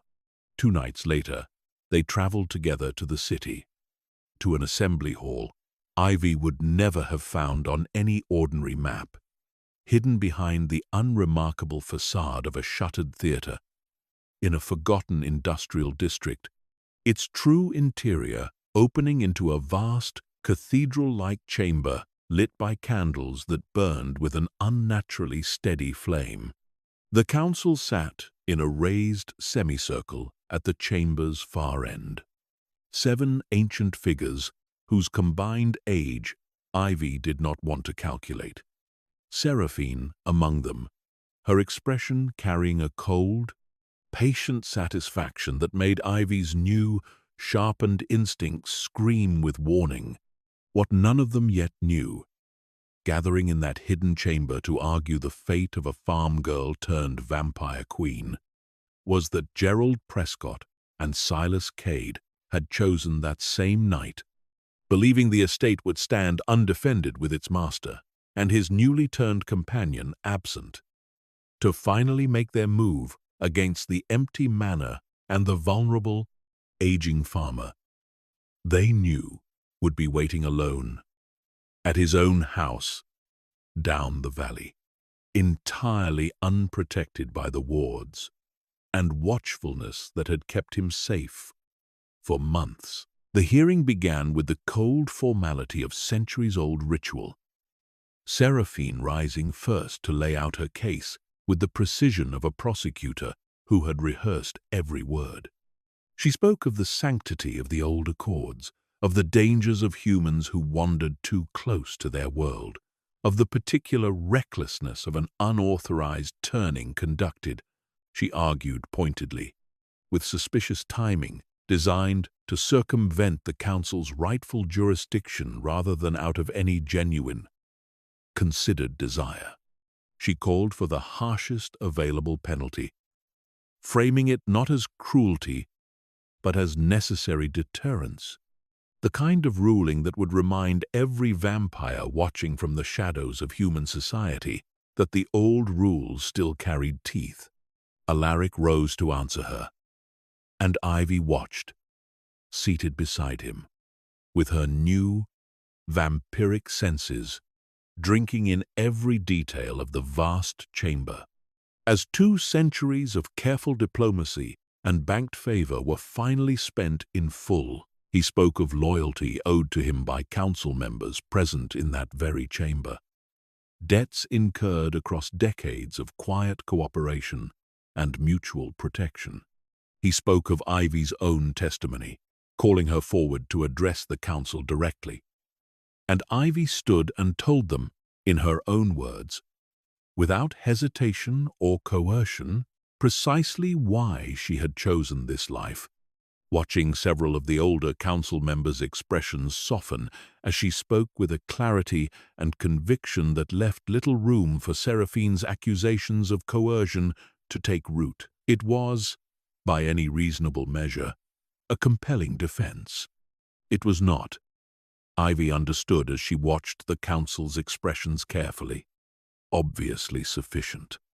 The ancient figures exchanging glances that suggested genuine, unresolved division, and it was into that uncertain silence that a council attendant burst through the chamber's heavy doors, breathless, in a manner that instantly silenced every voice in the room, carrying news that would tear the hearing apart before any verdict could be reached. "My lords," the attendant said, bowing hastily toward the council before turning urgently to Alaric. "Word from your estate. An attack is underway, my lord. Human hunters, armed and organized, have breached the outer grounds. And there is worse. A farmhouse in the valley below the estate has been set upon as well. An elderly man taken from his home by force, not 20 minutes ago." The chamber erupted into murmurs, but Ivy heard none of it. The world narrowing to a single, roaring point of terror. "My father," she said, and the newfound strength in her voice cracked with a fear that transcended anything the transformation had changed in her. "They have my father." Alaric was already moving, his hand closing around Ivy's with a grip that promised nothing on earth would separate them again, and he turned to the council with a fury that silenced even Seraphine's attempt to speak. "This hearing is concluded," he said, his voice carrying the full, terrible weight of 2 centuries of restrained power. "Finally, unleashed. You may render whatever judgment you wish in my absence, and I will answer for it fully once the immediate threat to my household and my chosen companion's family has been ended. But I will not stand in this chamber arguing procedure while a hunter holds an innocent man's life in his hands. Ivy, with me, now." They left the assembly hall at a speed that blurred the world around them, the city collapsing into streaks of light and shadow as Alaric and Ivy raced back toward the valley, toward a farmhouse where Walter Hale sat bound to a kitchen chair he had eaten 1,000 ordinary meals beside, staring across the room at a lean, sun-weathered stranger with flat, patient eyes, and a scarred leather case now open on the table, its contents catching the lamplight in ways that made Walter's blood run cold with a fear that had nothing to do with vampires and everything to do with the very human cruelty of the men who hunted them. Gerald Prescott stood near the kitchen window, glancing anxiously at the dark tree line beyond the glass, his earlier confidence visibly fraying now that the plan he had funded was actually underway. "This wasn't the arrangement," he said to Cade, his voice pitched low, though there was no one left to overhear them in the empty farmhouse. "You said we'd talk to him, get information. I didn't sign up for tying a man to his own kitchen chair. Plans change when opportunities present themselves," Cade said, not looking up from the instruments he was arranging with methodical care on the table, each one selected for a specific, deliberate purpose. Blackwood and his new bride are both conveniently occupied at a council hearing on the other side of the city tonight, which means the estate's undefended, and the old man here is the single best piece of leverage we're ever likely to get our hands on. We wait for Blackwood to come looking for him, because he will, and when he does, he walks into a house lined with enough silver and enough of the old protections to put even a 2-century-old vampire on the ground before he knows what's hit him. He glanced toward Walter, whose jaw was set with a stubborn, furious calm, despite the ropes binding his wrists. "Your daughter chose an interesting life to sign up for, old man. Hope she understands what it's going to cost her. Watching what happens here tonight. You'll be a pile of ash on my kitchen floor before Alaric ever lays a hand on you," Walter said, with more steel in his voice than either man expected from a bound 61-year-old farmer. "You don't know what you've woken up?" Cade only smiled, thin and humorless, and returned to his preparations, laying a fine, near-invisible line of powdered silver across the threshold of the kitchen door. The old, reliable trap of a man who had done this exact ritual 11 times before, and intended, with quiet, professional confidence, to make it an even dozen before the night was through. They did not have to wait long. Alaric and Ivy crossed the distance from the city to the farmhouse in a fraction of the time an ordinary vehicle could have managed, and when they finally slowed at the edge of the property, moving now with the deliberate caution of hunters rather than the desperate speed of rescuers, Ivy's newly sharpened senses caught the scent of her father's fear from 100 yards away, sharp and bitter beneath the ordinary night smells of the farm.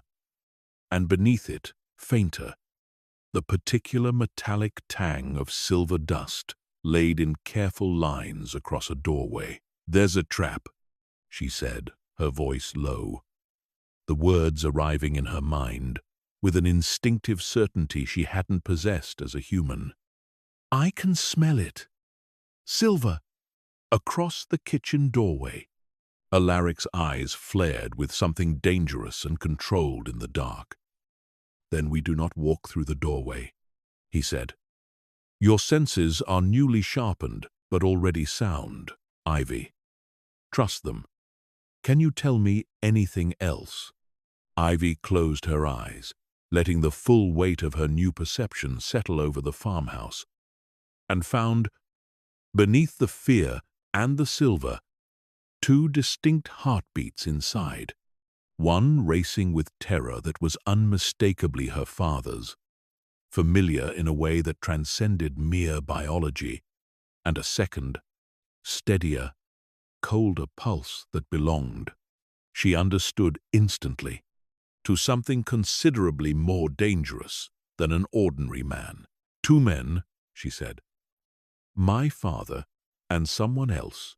Someone who isn't afraid at all, which scares me more than if he was. Hunters rarely are, Alaric said grimly. Which means we do not give him the confrontation he has prepared for. We go around his trap entirely. They circled the farmhouse in near silence, Ivy's own newly acquired grace astonishing her even in the midst of her terror.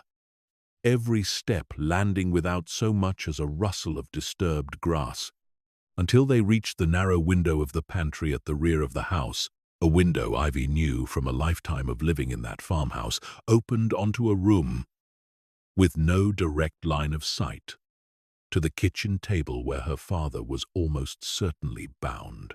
Alaric worked the old latch free with a gentleness that spoke to decades of practiced restraint, and the two of them slipped through into the dark, cluttered pantry, close enough now that Ivy could hear, faintly, the low murmur of Prescott's anxious voice drifting from the next room. "They're in the kitchen," she breathed, barely a whisper, and Alaric nodded, his expression settling into the particular, focused stillness Ivy now recognized as the last calm before violence. "When I move, stay behind me until I tell you otherwise," he said. "Cade will have prepared for a vampire crossing that threshold. He will not have prepared for two." He did not wait for her agreement before moving, and Ivy, driven by an instinct that felt as natural as breathing despite having existed for less than 2 days, moved with him, the two of them bursting through the pantry's inner door, not toward the trapped kitchen entrance, but through the adjoining wall itself.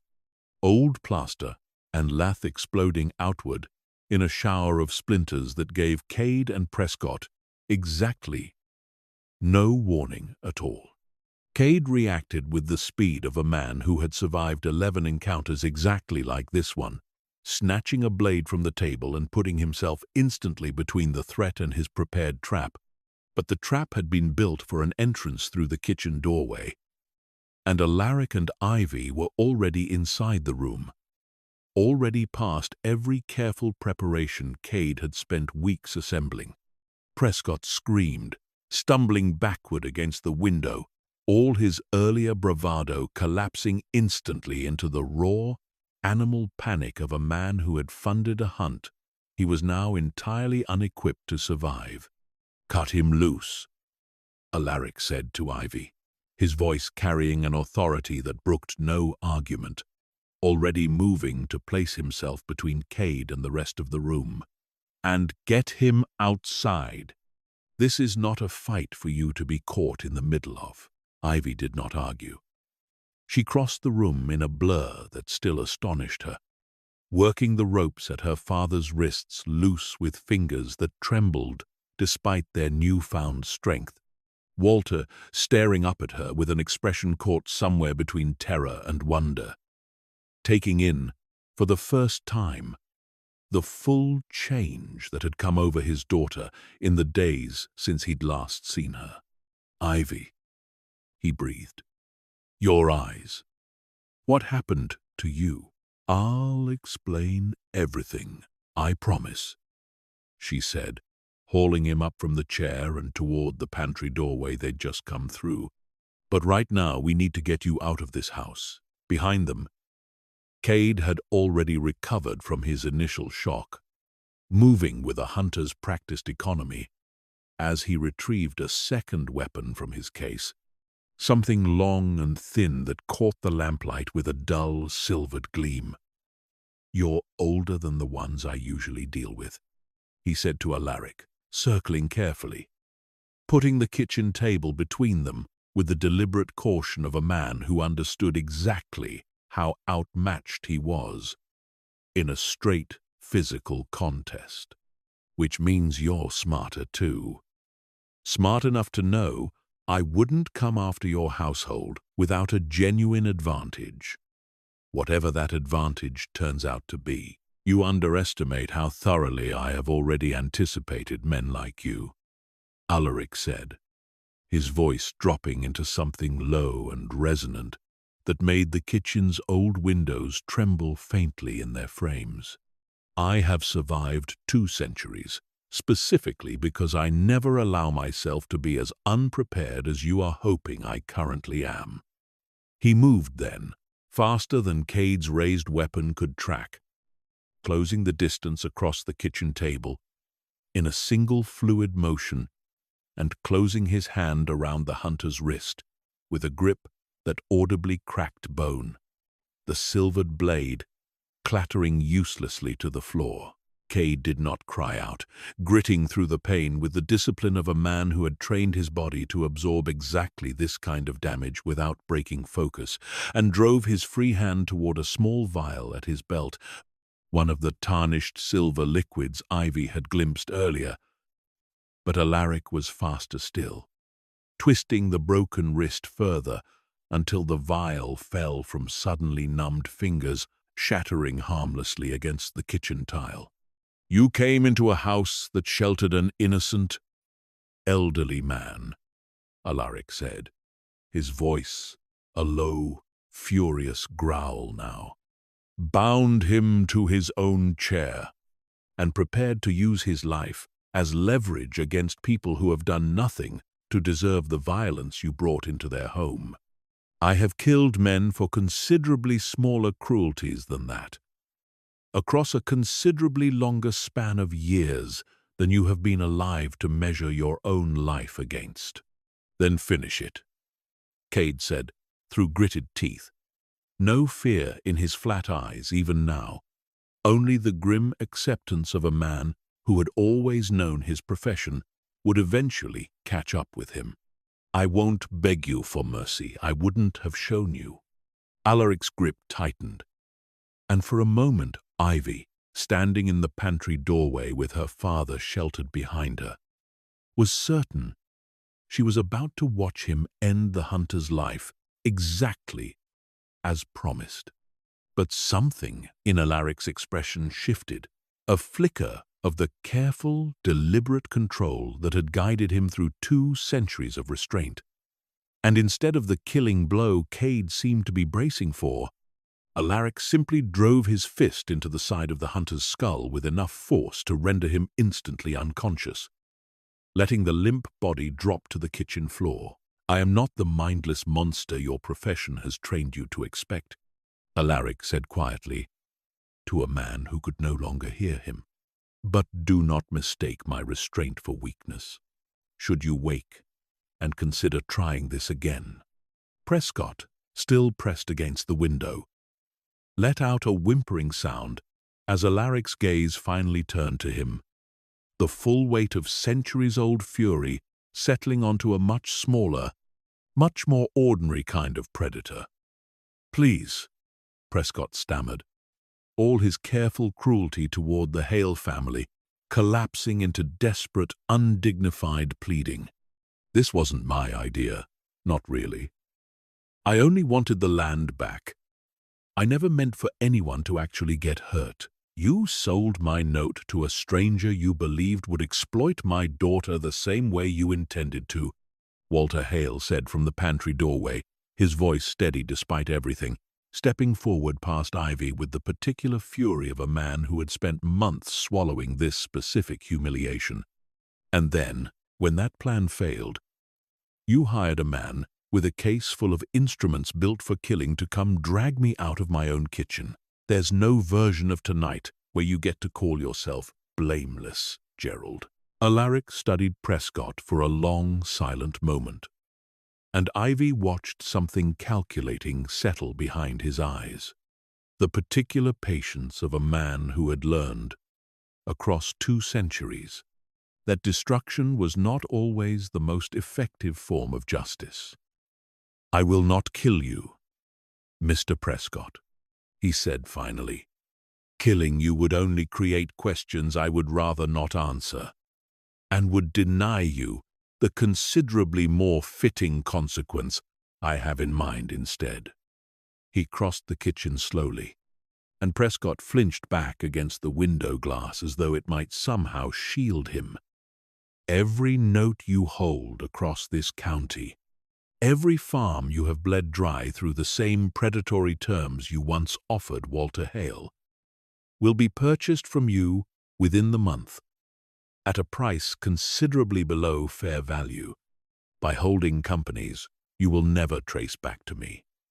Your business, built on the suffering of families like this one, will cease to exist within the year, and you will spend whatever years remain to you explaining to your creditors and your reputation exactly how thoroughly your fortune collapsed.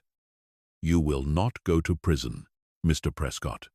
You will simply watch everything you built through cruelty crumble slowly, publicly, and entirely beyond your ability to stop it, which I suspect, for a man like you, will prove considerably more instructive than a quick and merciful death ever could." Prescott sagged against the window. The fight gone out of him entirely, and Alaric turned away without another word, dismissing him as thoroughly as he had already dismissed Cade's unconscious form on the floor, crossing instead to where Walter Hale stood shaken but upright, his daughter's hand steady on his arm. "Mr. Hale," Alaric said, his voice gentling considerably, "I owe you an apology I cannot adequately express. The danger that found its way to your door tonight exists because of choices I made regarding your daughter's future. Choices I believed, wrongly, I had adequately protected against. I will not offer excuses for that failure." Walter studied the vampire, standing in his kitchen, with an expression that moved slowly from lingering fear towards something more considered, more measured. "You came for me," he said finally, "fast as you could, the second you knew. And you didn't kill that man on my floor, even though I suspect you could have, and even though I wouldn't have blamed you if you had." He looked at Ivy, at the new, sharpened brightness in her eyes, at the way she stood beside Alaric with a steadiness and certainty that had nothing to do with fear. "My daughter chose you," he said, "freely, best as I can tell, watching the two of you together right now. That's good enough for me, Alaric Blackwood. Better than good enough, considering what you just did to keep me breathing." The relief that moved across Alaric's face at those words was, Ivy thought, one of the most purely human expressions she had ever seen him wear. The ancient, careful composure of 2 centuries briefly, entirely undone by a simple farmer's acceptance. They dealt with the practical matters before dawn. Cade bound and delivered, unconscious to a discreet contact of Alaric's, who dealt with hunters caught overstepping their bounds in ways that did not involve the local sheriff's department. Prescott, left alone in his ruined kitchen with the beginning of the financial reckoning Alaric had promised already quietly set into motion through a phone call made before they'd even left the farmhouse. Walter, exhausted but unharmed beyond a few rope burns, was settled safely under a temporary protective ward. Alaric extended over the farmhouse itself, one that would remain in place. He promised, for as long as any lingering threat could conceivably persist. It was only once the immediate crisis had fully passed, the sky beginning to lighten toward the particular grey of early dawn, that Ivy remembered, with a jolt, the hearing they had abandoned mid-session, and the council's judgment that had likely been rendered in their absence regardless. "We need to go back," she said. "Face whatever they've decided." "We will," Alaric said, "but not before I make certain my most immediate obligations, to you and to your father, are fully secured first. The council can wait a few hours longer for their answer, Your father cannot wait a single moment longer for the safety we nearly failed to provide him tonight." They returned to the assembly hall 2 nights later, once Walter had been settled and the immediate threats to the household fully neutralized, and found the chamber considerably less crowded than it had been the night the hearing was abruptly interrupted. Only the 7 council members present, Seraphine among them, her expression unreadable as Alaric and Ivy walked the length of the vast chamber together. "You abandoned a formal hearing mid-proceeding," Seraphine said, before either of them could speak, "to attend to a personal matter. I trust you understand the implications the council has drawn from that choice." "I trust the council understands," Alaric said evenly, "that the personal matter in question was an armed hunter holding an innocent elderly man hostage, specifically to leverage against me, hired by a human predator who had previously attempted to purchase Ivy's own body as payment against a manipulated debt. If the council's rules genuinely exist to protect our kind and the humans unfortunate enough to become entangled with us, rather than merely to preserve procedural formality above all else, then I would ask that tonight's ruling weigh that context accordingly." One of the older council members, a silver-haired woman who had said almost nothing during the initial hearing, leaned forward with an expression of genuine interest. "The hunter," she said, "he has been dealt with, neutralized and removed from this territory," Alaric confirmed, "along with the human financier who funded and directed his efforts, whose capacity to threaten either my household or any other family in that valley has been thoroughly, permanently dismantled." A murmur moved through the assembled council, and Ivy watched with the sharpened attention her new senses afforded her. As the balance of the room shifted subtly in their favor, the old, careful diplomats, visibly weighing the demonstrated competence and restraint Alaric had shown against Seraphine's earlier accusations of reckless sentiment. "The matter of unauthorized turning remains," Seraphine pressed, though her voice had lost some of its earlier certainty. "Whatever heroics occurred in that farmhouse, do not erase the violation of accord that brought us here in the first place." "They do not erase it," Alaric agreed.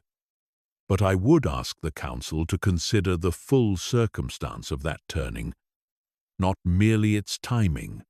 Ivy Hale was not coerced, was not turned in panic or desperation, but chose this life freely after weeks of consideration, understanding fully what she was giving up and what she stood to gain.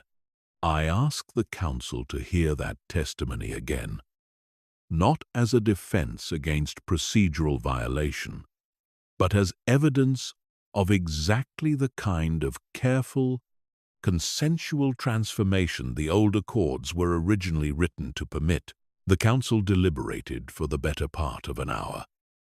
Ivy and Alaric standing together in the vast chamber's center, while 7 ancient voices debated in low, private tones, just beyond ordinary hearing, though Ivy's newly sharpened senses caught fragments regardless, enough to understand that the argument had turned, gradually, in their favor, the events of the farmhouse serving as far more persuasive testimony than any rehearsed defense could have provided. When the council finally rendered its verdict, it was the silver-haired woman who had asked about Cade's fate who delivered it.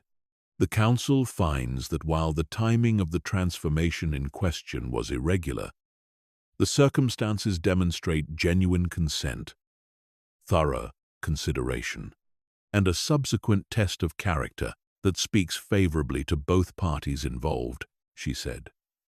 "No penalty will be levied against either Alaric Blackwood or his companion for the manner of this turning. We would, however, formally note the council's expectation that future transformations undertaken within this territory be conducted with appropriate advance notice procedural formality aside. Her gaze shifted briefly, pointedly, to Seraphine, and we would further note that tonight's proceedings have raised legitimate questions regarding the wisdom of certain council members pursuing personal grievances under the guise of procedural concern. This matter is considered closed. Seraphine's expression tightened with barely contained fury.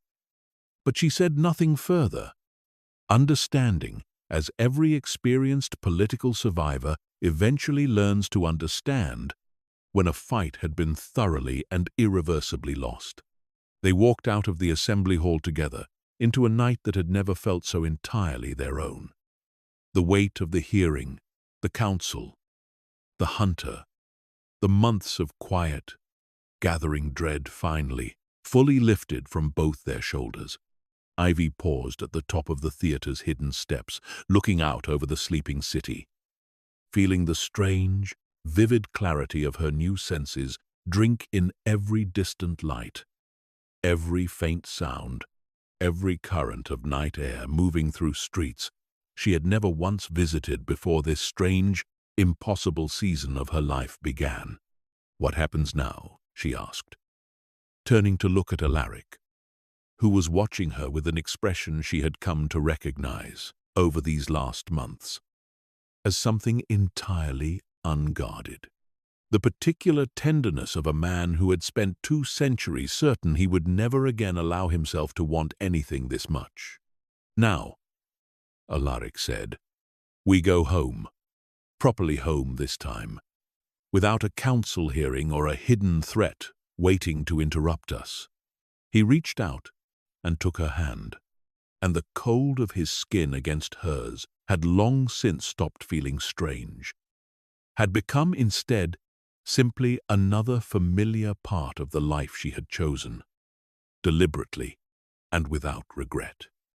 "And in time, if you're willing, I would like to formalize what has already become true in every way that matters. Not merely as my companion, Ivy, but as my equal in full standing before every court and council that governs our world. As my queen, if that is a title you would ever consider wearing." Ivy looked at him for a long moment, at the ancient, careful man who had walked into her family's farmyard as a stranger, buying up a stranger's debt, who had turned out to be so much more than either of them could have predicted that first evening, and felt something settle into place inside her chest that had been searching for a home since the day her mother died. "I think," she said, "that I've been building towards saying yes to you since the very first night you told me you weren't buying my father's note as an investment. I just didn't have all the words for it yet." They returned to the estate as the sun was rising, and though neither of them could stand in its direct light any longer, they watched the dawn together from behind the tall windows of Alaric's private study, the same room where he had first told her the truth of what he was, the same room where she had chosen, weeks later, to become it herself. The household staff, Marta and Mrs. Voss, and the quiet groundskeepers who had watched the whole strange courtship unfold from careful, respectful distance, greeted their return with a warmth that Ivy understood now was not merely professional courtesy, but genuine, long-deferred relief, the particular gladness of people who had watched their reclusive, weary master finally, improbably find something worth living centuries longer to protect. Walter Hale came up to the estate himself 2 weeks later, driving the same old truck along the same ridge road, now permanently warded against any threat that might again try to use it as a hunting ground, and found his daughter waiting on the front steps of the manor in a simple dress rather than the maid's uniform she had first arrived wearing, her eyes carrying a new, striking brightness that no longer startled him the way it had that first terrifying night in his kitchen. He noticed other changes too, smaller ones, the particular fluid grace of her movements. As she came down the steps to meet him, the way she seemed to hear the truck's engine and register his arrival long before it should have been possible from inside the house.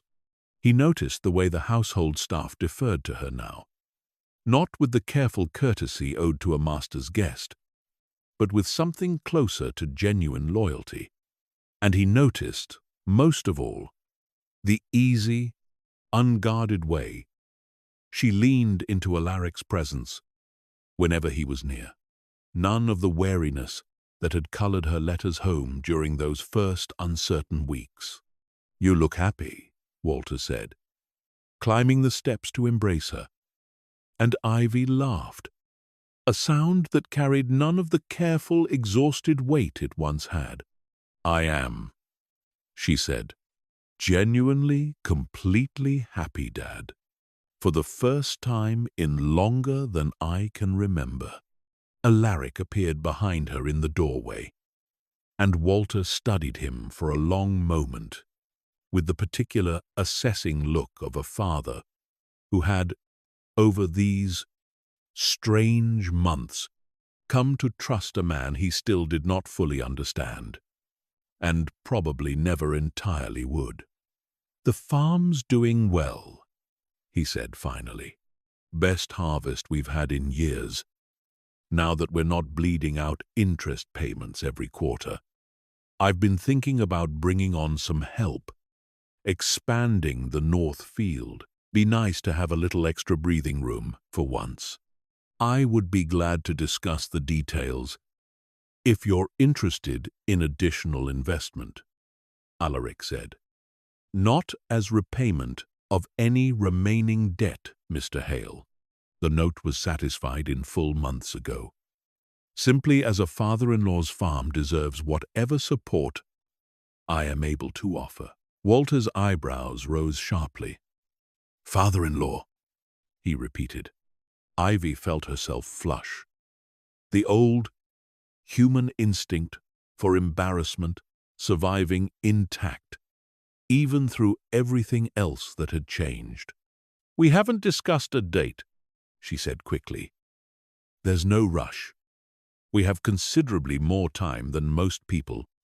After all, we have exactly as much time as we choose to take," Alaric said, his eyes not leaving Ivy's face. "But I confess, I see no particular virtue in waiting longer than necessary. Now that every obstacle standing between us has finally been resolved." Walter looked between the two of them, the vampire king and his daughter, and something in his weathered, careworn face softened into an expression Ivy hadn't seen since before her mother's illness, an easy, uncomplicated joy that made her chest ache with gratitude for every strange, frightening, impossible turn that had led them all to this particular morning. "Well," he said, clearing his throat against the sudden thickness in his voice, "guess I'd better start thinking about what a farmer wears to a vampire wedding." The wedding, when it came, several months later, was unlike anything the valley had ever seen, though the valley itself never knew it had happened at all.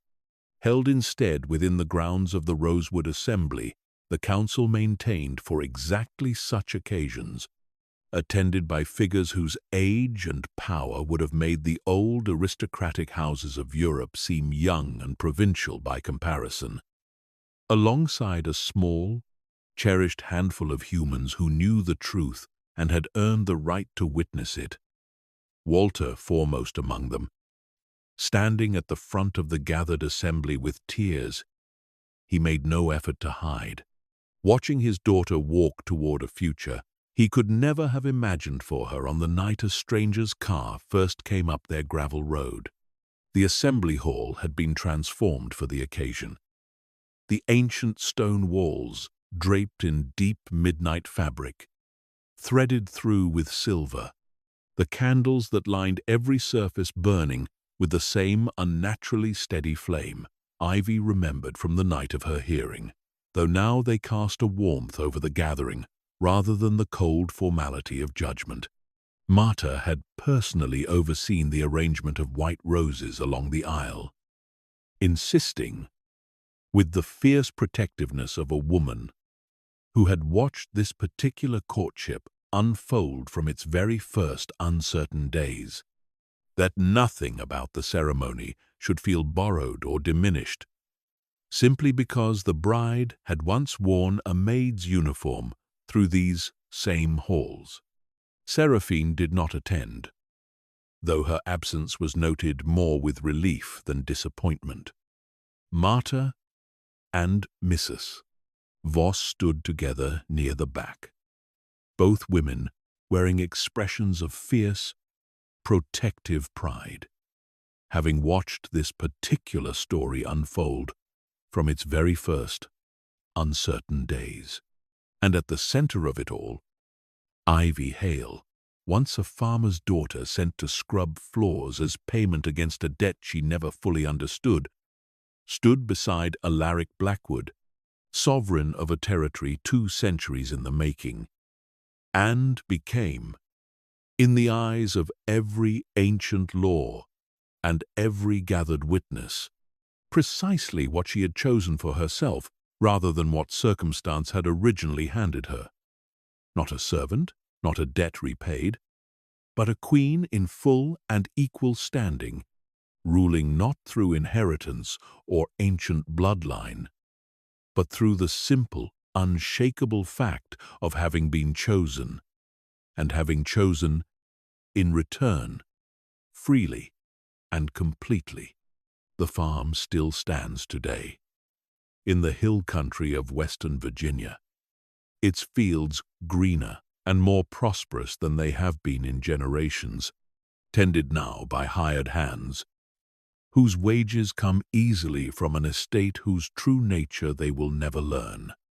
While Walter Hale, gray-haired and slower with each passing year, drives up that same ridge road every month without fail, welcomed always by a daughter who has stopped counting her own years, and by a son-in-law who long ago stopped believing that patience and emptiness were the same thing, having finally, after 2 centuries, learned the difference for himself in the person of a farm girl who came to his door as payment for a debt and left as the reason he still has anything worth calling a life at all. Sometimes, on quiet evenings when the harvest is in and the valley has gone still beneath a sky thick with stars, Ivy walks the same fields.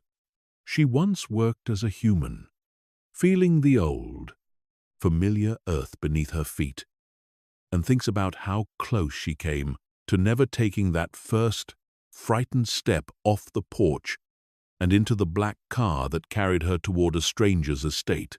She thinks about Prescott's cold, cataloging eyes in the farmyard that first terrible evening, and about the very different eyes that had waited for her at the top of that gravel road only a few days later. Eyes that had seen her not as collateral to be claimed, but as a person worth knowing, worth protecting, worth waiting 2 centuries to finally find. She has never once regretted the choice. Not through the fear, not through the danger, not through a single one of the impossible turns that carried her from a struggling farmhouse kitchen to a queen's place beside an immortal king. Because in the end, she understands now, the debt that truly mattered was never the one written on Gerald Prescott's paperwork. It was the quiet, unspoken debt 2 lonely people owed each other, paid in full the moment they chose, freely and completely, to stop being alone. If this story of quiet, patient love pulled at something in you, if you found yourself rooting for Ivy from the very first page and holding your breath through every dark turn along the way, let us know in the comments which moment hit you hardest. If you loved this journey from a struggling farm to an immortal throne, hit that like button. Share this story with someone who needs a little dark romance in their life, and subscribe for more tales of unlikely queens and the monsters who finally learn how to love them. We'll see you in the next story.